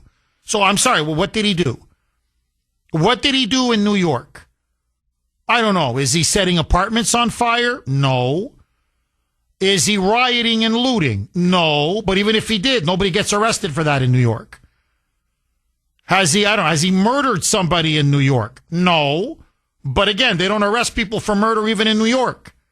So, but the point is, on what charges would you arrest him as the mayor of New York? You can't. You literally, again, he's completely lawless. He will make up a reason to arrest Bibi Netanyahu. He's pro-Hamas. He will not condemn the Holocaust. He will not condemn it. He refuses to condemn it. And as he told Muslim supporters, City Hall will become Muslim. I get elected, it becomes Muslim. Get ready, we're praying to Mecca 6 times a day.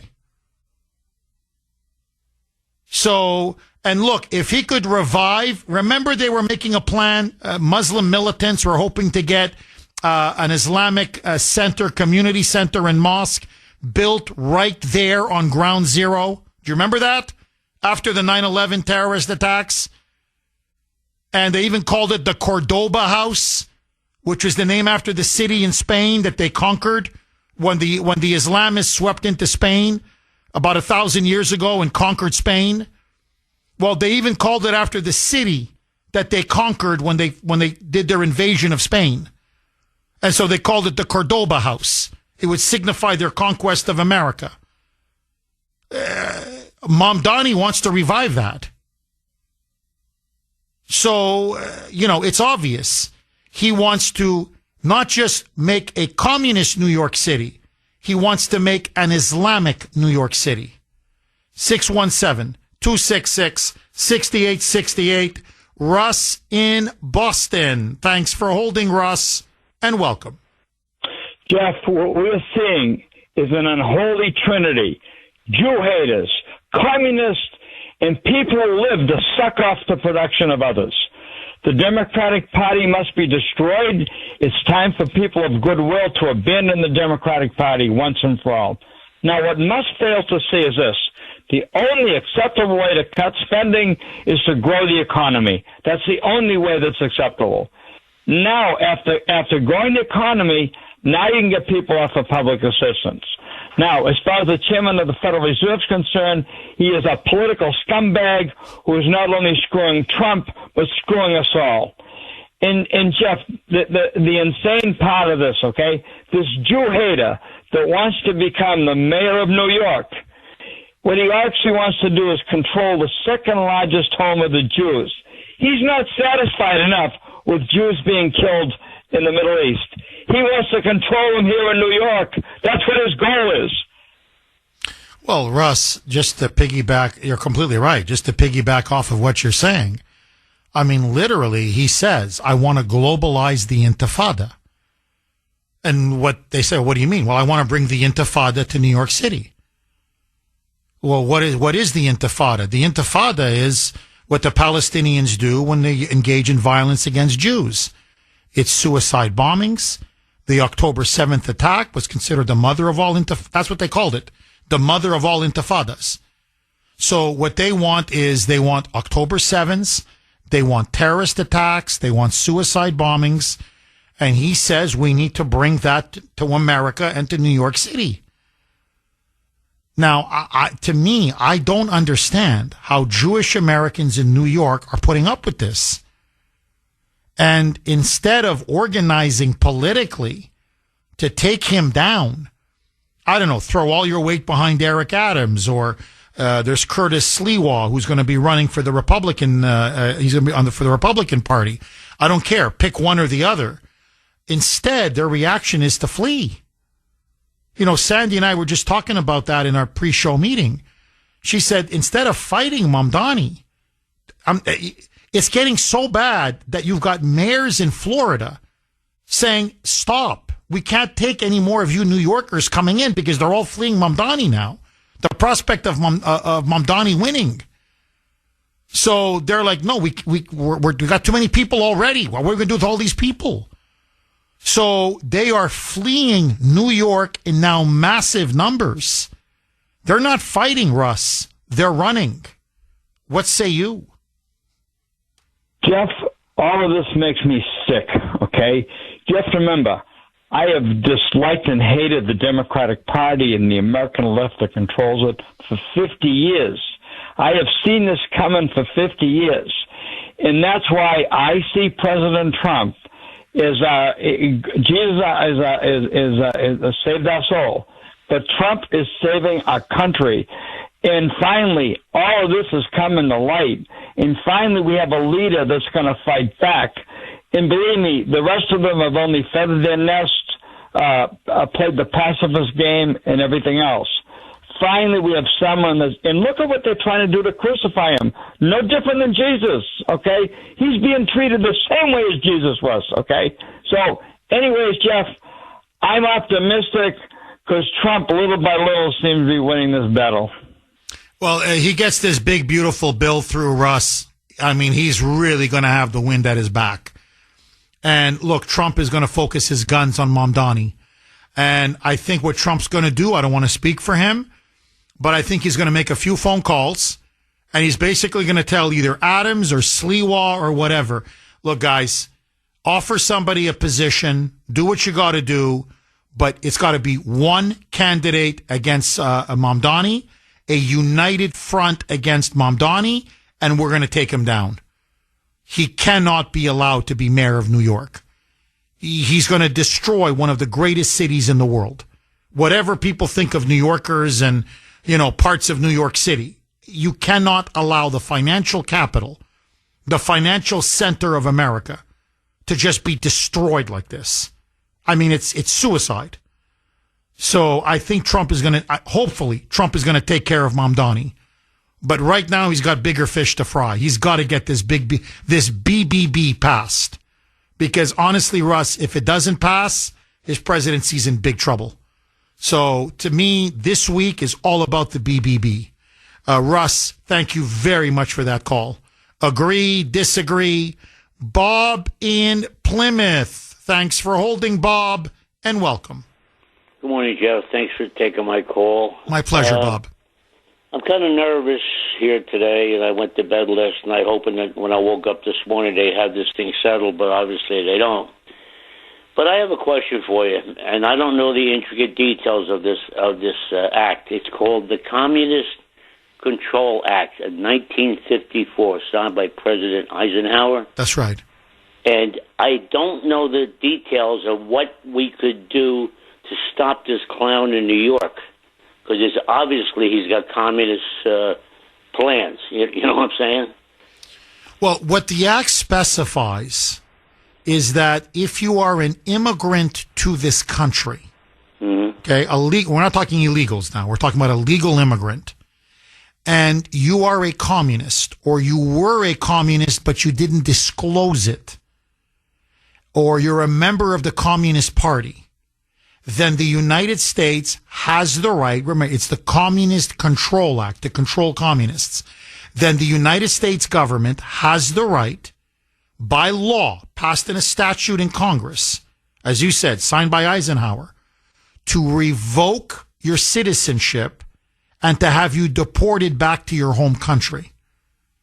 And so that's why, Bob, people like me, but it's not just me, it's many now in New York, who are saying, look, he was naturalized, Mamdani was naturalized in 2018. That was only 7 years ago. He was clearly a communist 7 years ago. He's a communist now, but he was a communist then. And you are asked, when you are naturalized in this country, I was asked, Grace was asked, ask anybody who's become a naturalized American, you are always asked this question: are you now, or have you ever been, a communist or a member of the Communist Party? Do you believe in communism? And I didn't want to blow my interview, and I said, I don't want to say something that's going to be taken out of context. That was my answer, because you're recorded. You're recorded when they do the interview. I said, can you just close the interview for 1 second? I want to make a joke. And he was he listens to the show. He's a big fan of the show. And he said, yeah, sure. And so he closed the tape for a second. And I said to him, am I a communist? Let me tell you what my grandfather said and what my father said. This is what we used to say in our home. The only good communist is a dead communist. And he started laughing. He was laughing. I said, am I a communist? Are you kidding me? I said, he was laughing. I said, you ever see the movie Scarface with Al Pacino? One of the early scenes, he's going to get a green card, but he's got to kill a guy from the Fidel Castro regime who's in the camp with him and everybody else.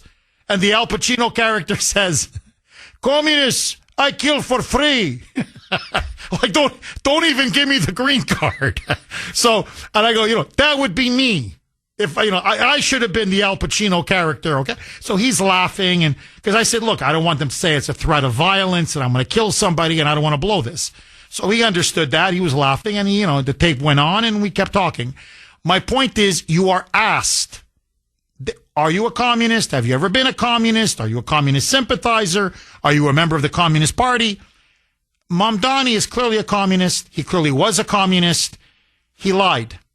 He committed fraud during his naturalization hearing, and under the Communist Control Act, they can strip him of his citizenship. He becomes immediately an illegal alien, and he can be deported. Now, it's up to Pam Bondi, but Pam Bondi has all the power in the world to do it. And my strong advice, I'm urging Trump, give her a call and tell her, use the Communist Control Act and deport Zoran Mamdani. Bob, final word to you. I agree with everything you're saying, and when you said Pam Bondi, I got a little nervous because I don't know how strong she really is. I'm kind of disappointed in her. I don't know. I say use the act, do it, and get it over with, and get this guy out of the country, because he's no good. Oh, amen. Amen. It's almost, the law was almost written and passed for a guy like Zoran Mamdani. I'm sorry, I'm not cleaning up the liberal bull anymore. It's the communist bull now. 617-266-6868. George in Everett. Thanks for holding, George, and welcome. You stole my thunder on the communist law we had back in the 50s. Why isn't it being used again? George, that's a question for Pam Bondi. And second of all, how can this guy take the oath of office to protect the U.S. Constitution? Well, he wants to overthrow the U.S. Constitution. He can't do that. He won't do that. I don't know why we do not have these people that run for office, get elected. It's phony when they take an oath of office now. It's phony. Oh, you're completely right. And George, just to further reinforce your point, look, he's a legal immigrant to this country. I mean, he's illegal that he lied. He's a communist. But what I'm saying is his mother, his father, they didn't sneak in through the border. His mother is a world-famous film director, and his father is a professor at Columbia University. By the way, very well paid. So they came into the country, quote-unquote, legally. But we got to start, in terms of legal immigration, we got to start vetting the kind of people that we allow into our country. I mean, all we're doing now is admitting so many of these radical leftists who hate the United States of America. His father, I mean, just to be fair to this guy, Zoran Mamdani, his mother despises America. She's open about it. His father is a professor of, quote, post-colonial studies at Columbia, like Obama's dad. And he's a Marxist. I'm talking about the old man, his father. He's a Marxist. He's anti-Western. He's anti-Semitic. He's anti-American. He can't stand the Western civilization. So why are we bringing in communist Marxist professors and communist Marxist film directors into the United States of America? And just to flip it, George, say someone was a genuine believer in Hitler. Okay, a genuine Nazi, or not what these guys, these idiots on the left, anybody they disagree with, Hitler, Nazi, fascist. I mean, a real fascist, a real Nazi. We would never allow that person in. Say, to be a professor at a university to indoctrinate or brainwash the kids, or to be a film director and make movies. We would say, absolutely not. Your ideology is abhorrent. Your worldview is sickening. We don't need this. We don't want this in our country.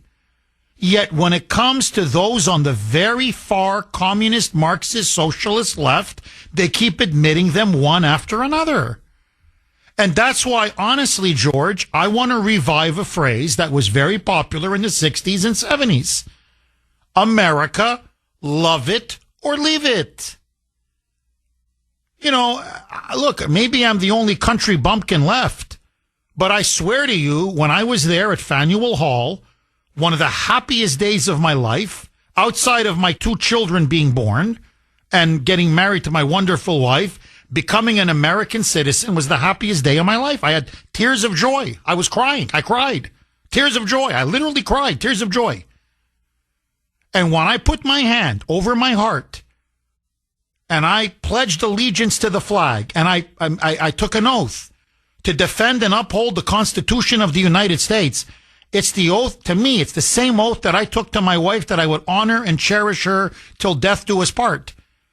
And it's the oath that I took to the birth moms of both of my adopted children, that I would love these 2 kids with everything I have and do everything in my power to give them a happy childhood. And to be honest, my wife and my family think I may have even overdone it on that last one about giving them a happy childhood, because they think I spoiled the kids a little bit. Okay? But let that go, George. So to me, becoming an American, becoming a citizen, taking an oath to defend and uphold the Constitution, it's not just blah, blah, blah, blah, and give me my citizenship papers and let me come here and make some money. I came here to be an American. I came here to be a citizen. I came here to revere and defend what to me is the greatest document of human freedom and personal liberty in the history of the world. No, his mother, Mamdani's mother, and Mamdani's father came to destroy, to bring America down. And he wants to run for mayor of he's running for mayor, but he wants to become mayor of New York to bring New York and with New York, America down. Why are we bringing these people in? George, final word to you. Am I wrong? I don't think you're wrong at all. In fact, I agree with you. But we got to find a way to set up some kind of commission to look into these things and do something. For God's sakes, our country's going down with these people. George, you're completely right. Thank you very much for that call. Anthony in Plainville. Thanks for holding, Anthony, and welcome. Good morning, Jeff. Before I make my comment on Zoran Mamdani, I do think that the big beautiful bill is going to pass, and even if it's with J.D. Vance as the deciding vote, I think we're going to be celebrating on July 4th the pass of the big beautiful bill. Now, from your lips to God's ears, Anthony. From your lips to God's ears. Please keep going. Yes, sir. I got a little bit of a different take. I want to get your opinion on it, but I didn't know about if he lied on the naturalization papers. I'm just learning that this morning from what you're saying. If he did, and that is grounds for him to be legally deported and legally, if he committed this crime, get him out. But make sure that the American people know that's the reason why he lied on his naturalization papers. But here's the thing: where we are standing today is he is the Democratic nominee for the mayor of New York City, the clear front runner, in my opinion, for this race that's coming up with Mayor Adams and Siwa. Mamdani, I believe, if he wins, which he has a good chance of winning, if he remains in this country without any intervention from the DOJ, I believe there is going to be a stark contrast with the policies that he enacts in New York City that will be good for America but bad for New York. And here's what I mean. Government-run... Anthony, can you do me a favor? You're making an absolutely fascinating point. Please hang on. I'm up against a hard break. I'm going to come right back to you. Okay, let's go right back to Anthony in Plainville. Anthony, you were making the point, and this is your theory, you said, that in a way it's going to be very beneficial to Trump and to America if Mamdani becomes the mayor of New York. Why? It'll be horrible for New York City, yes. But for the rest of the country, it could actually be a big plus. Please, Anthony, pick up where you left off. Yes. The contrast between the policies from Mamdani to Trump is going to be valuable for the country. City-owned grocery stores in New York City. Increased taxes for white people. I mean, he doubled down the other day to taxing homes in richer, whiter neighborhoods. That was the direct quote from Mamdani. Defunding the police and reducing crimes to such low levels that sometimes they won't even be reported. Every policy that he has put on his website, whether it's free buses, free childcare, free, all these things that's free, but he makes it sound like we're just going to tax the 2% on the highest workers, the wealthiest in New York City, will ultimately bring the city of New York to an overexpensive place that you can't live. And when people start to see that these policies, what they're doing, they'll see a contrast. And this is the biggest thing. There is value in seeing the contrast. Why am I paying so much in New York City? Why have things become more expensive in New York City? Gasoline, milk, eggs, the cost to live there. And throughout the rest of the country, everything is coming down with President Trump's policies. Gas is coming down, food is coming down, inflation. Things are beginning to ease under President Trump. But in New York City, under the policies of Mamdani, and it will become a hellscape that people are going to flee. And Jeff, you made a comment in the last segment that why are people not staying and fighting? They're going to flee. Well, if you're a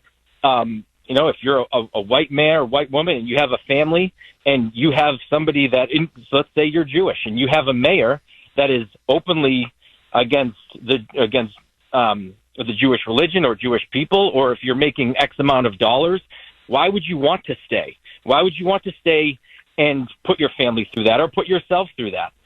The contrast is going to be deafening, and I believe that is the big reason why if he becomes mayor, you will see a distinctive difference between the policies of the radical left, like Mamdani, and President Trump, who is currently in office, and things are easing under his leadership. Well, Anthony, I think there's no question that you're right. I think it's a brilliant point. There's no question you're right. I think that politically it's going to be huge for Trump and huge for the Republicans because they're just going to do a compare and contrast.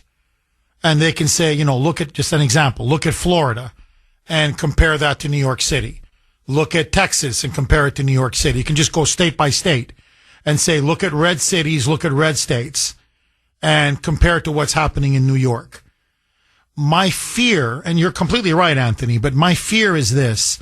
I look at Mamdani, and he's just a clone of Sadiq Khan, the mayor of London.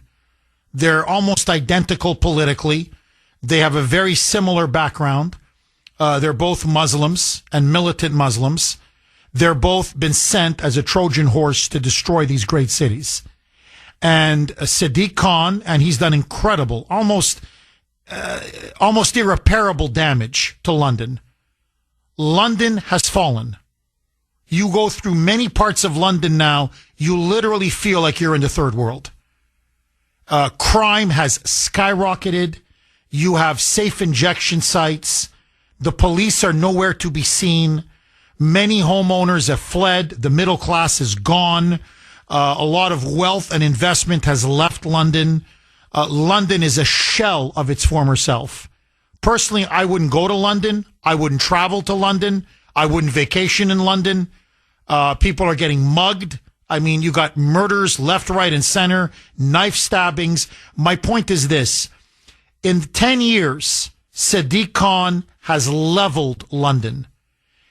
I think Mamdani is going to do the exact same thing to New York. Now, politically, it's going to help Republicans and Trump, no question. But I don't want to see a great city fall. And I believe that Mamdani is going to do to New York what Sadiq Khan has done to London.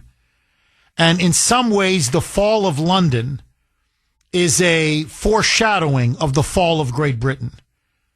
And, Anthony, what people are not talking about, because it's extremely politically incorrect, is New York has changed. It's changed, especially under the Biden years. 40% of New York's population now, New York City, is literally foreign-born. I don't mean parents came, grandparents came, and they're the children. No, they literally came in across the southern border, and they fled to New York. Many illegals now. It is overwhelmed with illegals. New York is not an American city anymore. There's nothing American about it. You go to many parts of New York City, everybody says it. It's not just that crime is out of control. Nobody speaks English. Flags of every other country except America are flown. There's no allegiance to the United States. And one thing we all underestimated, a lot of Muslims came into America under Biden. Obama resettled a lot of them from Syria, and they went to New York. But under Biden, man, they brought in millions. And they're all voting for Mamdani. So what we're watching in front of our eyes, in many ways, the media is playing up the socialism, which is, of course, big. But really what you're seeing now is the Islamic takeover of New York. And, Anthony, I don't know if a society or a country can come back. Paris is becoming Muslim. London's becoming Muslim. Berlin is becoming Muslim. And now very soon New York is on the verge of becoming Muslim. And once you fall, I mean, you're right. The red states, I mean, they'll look like gold compared to what's happening in New York. But I fear today it's New York, tomorrow it's Chicago, and eventually it's Washington. Am I wrong? Nope, you're not wrong. And I understand what you're saying, that we don't want New York to get to the point of no return. But I'll leave you with this. When somebody hits rock bottom, or when a country or a city or something hits rock bottom, that's kind of when change happens. And I don't know if the British people have the guts to do it, but I do know that we had 8 years of Obama, and we had a contrast with Trump. Then we went Biden, then we went Trump. If New York City happens to get a radical Muslim mayor who will implement all of these policies, and we know the policies are no good for the city, they're no good for the country, and we see what is going on, then I think there may be a shift in the leadership of the city of New York. But I'm with you, Jeff.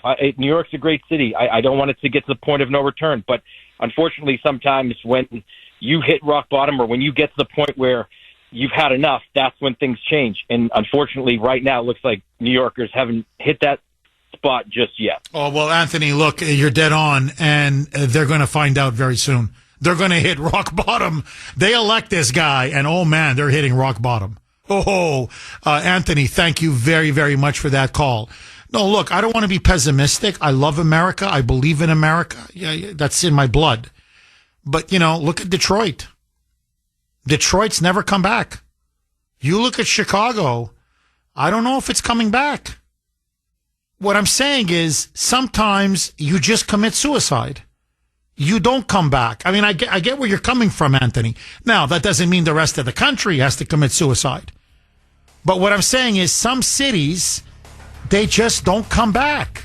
617-266-6868. Okay, super quick because the lines are blazing, so I want to go back to the phones. Susan Collins, please don't ever forget this. Yesterday, there was a vote on a key provision of the Big Beautiful Bill. And the provision stipulated that you would not, from this point forward, illegal aliens, remember there's over 1.2 million, actually 1.4 million illegals that are currently now receiving Medicaid benefits. They're on Medicaid. That's illegal. The illegals being on Medicaid is illegal. Okay? It's fraud. It's draining the system. It's taking away Medicaid and Medicaid benefits from American citizens, pregnant women, literally children, the poor, the needy, the vulnerable. And instead, it's being siphoned off to help illegals. Susan Collins voted against kicking illegal aliens off of Medicaid. In other words, she voted to keep them on. And as I pointed out on X last night, even 4 Senate Democrats crossed the aisle and voted with the Republicans, outside of Susan Collins, to make sure that illegal aliens don't receive Medicaid benefits. Okay? That's how much of a rhino Susan Collins is. She stabbed the taxpayers of Maine right in the back. She stabbed all American citizens right in the back. So this is supposed to be a Republican. Again, she's a rhino, in name only, but still, in theory, she's a Republican, who now, on the record, voted for illegal aliens to get Medicaid, i.e. welfare benefits. And the vote failed 56-44. You may say, well, Jeff, 56 votes, isn't that a majority? Shouldn't the provision have been allowed? Nope, because the liberal Senate parliamentarian, her name is Elizabeth McDonough. I've been calling now for her to be fired over the last 10 days. Suddenly, just before the vote was going to take place, this was an historic vote, illegals were going to get kicked off of Medicaid after this vote. You know how much money that would save us? Okay, but let that go. She suddenly changed the threshold. No. You don't need 50 votes. You now need 60 votes. Invoking what was called the Byrd rule. So basically almost like a supermajority. You need 60 votes. At the last moment, she says, nah, not 50, because she saw there was going to be 55, 56, maybe even 57 votes. So this thing was going to pass easy. Nah, I think we're going to do 60. And so it failed.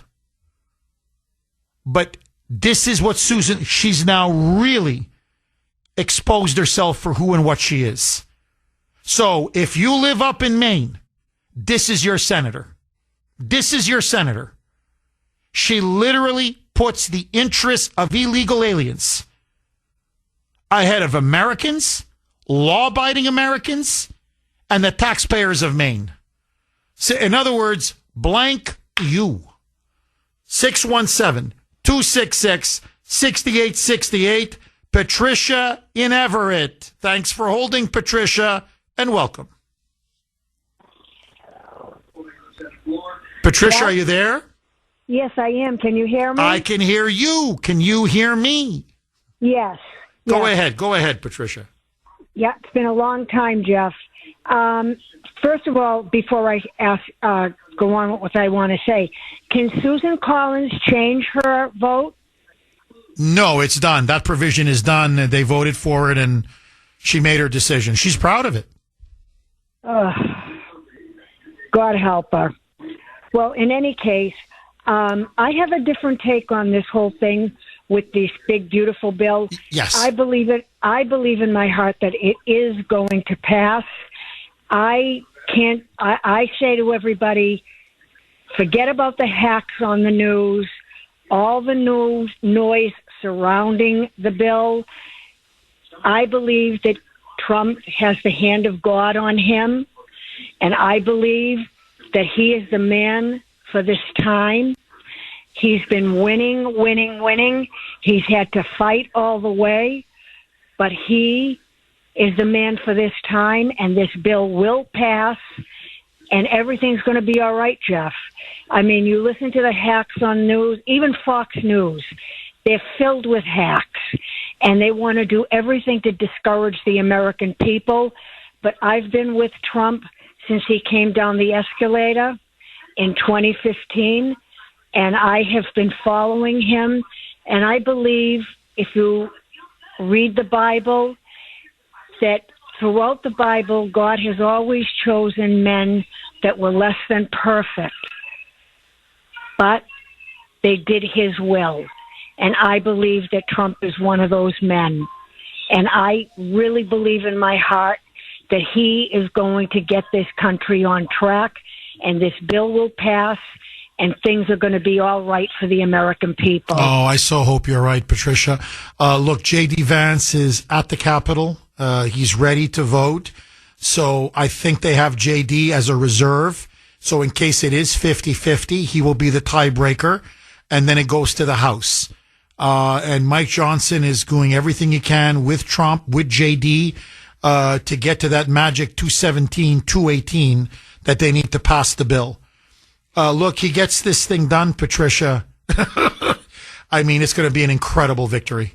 Not just for him, but frankly for the country. So we should know by tomorrow morning, tomorrow's show, if they do what they say they're going to do. They're going to have the vote later today, probably even maybe tonight. So we will know if it passes the Senate by tomorrow's show. Fingers crossed. Bye-bye.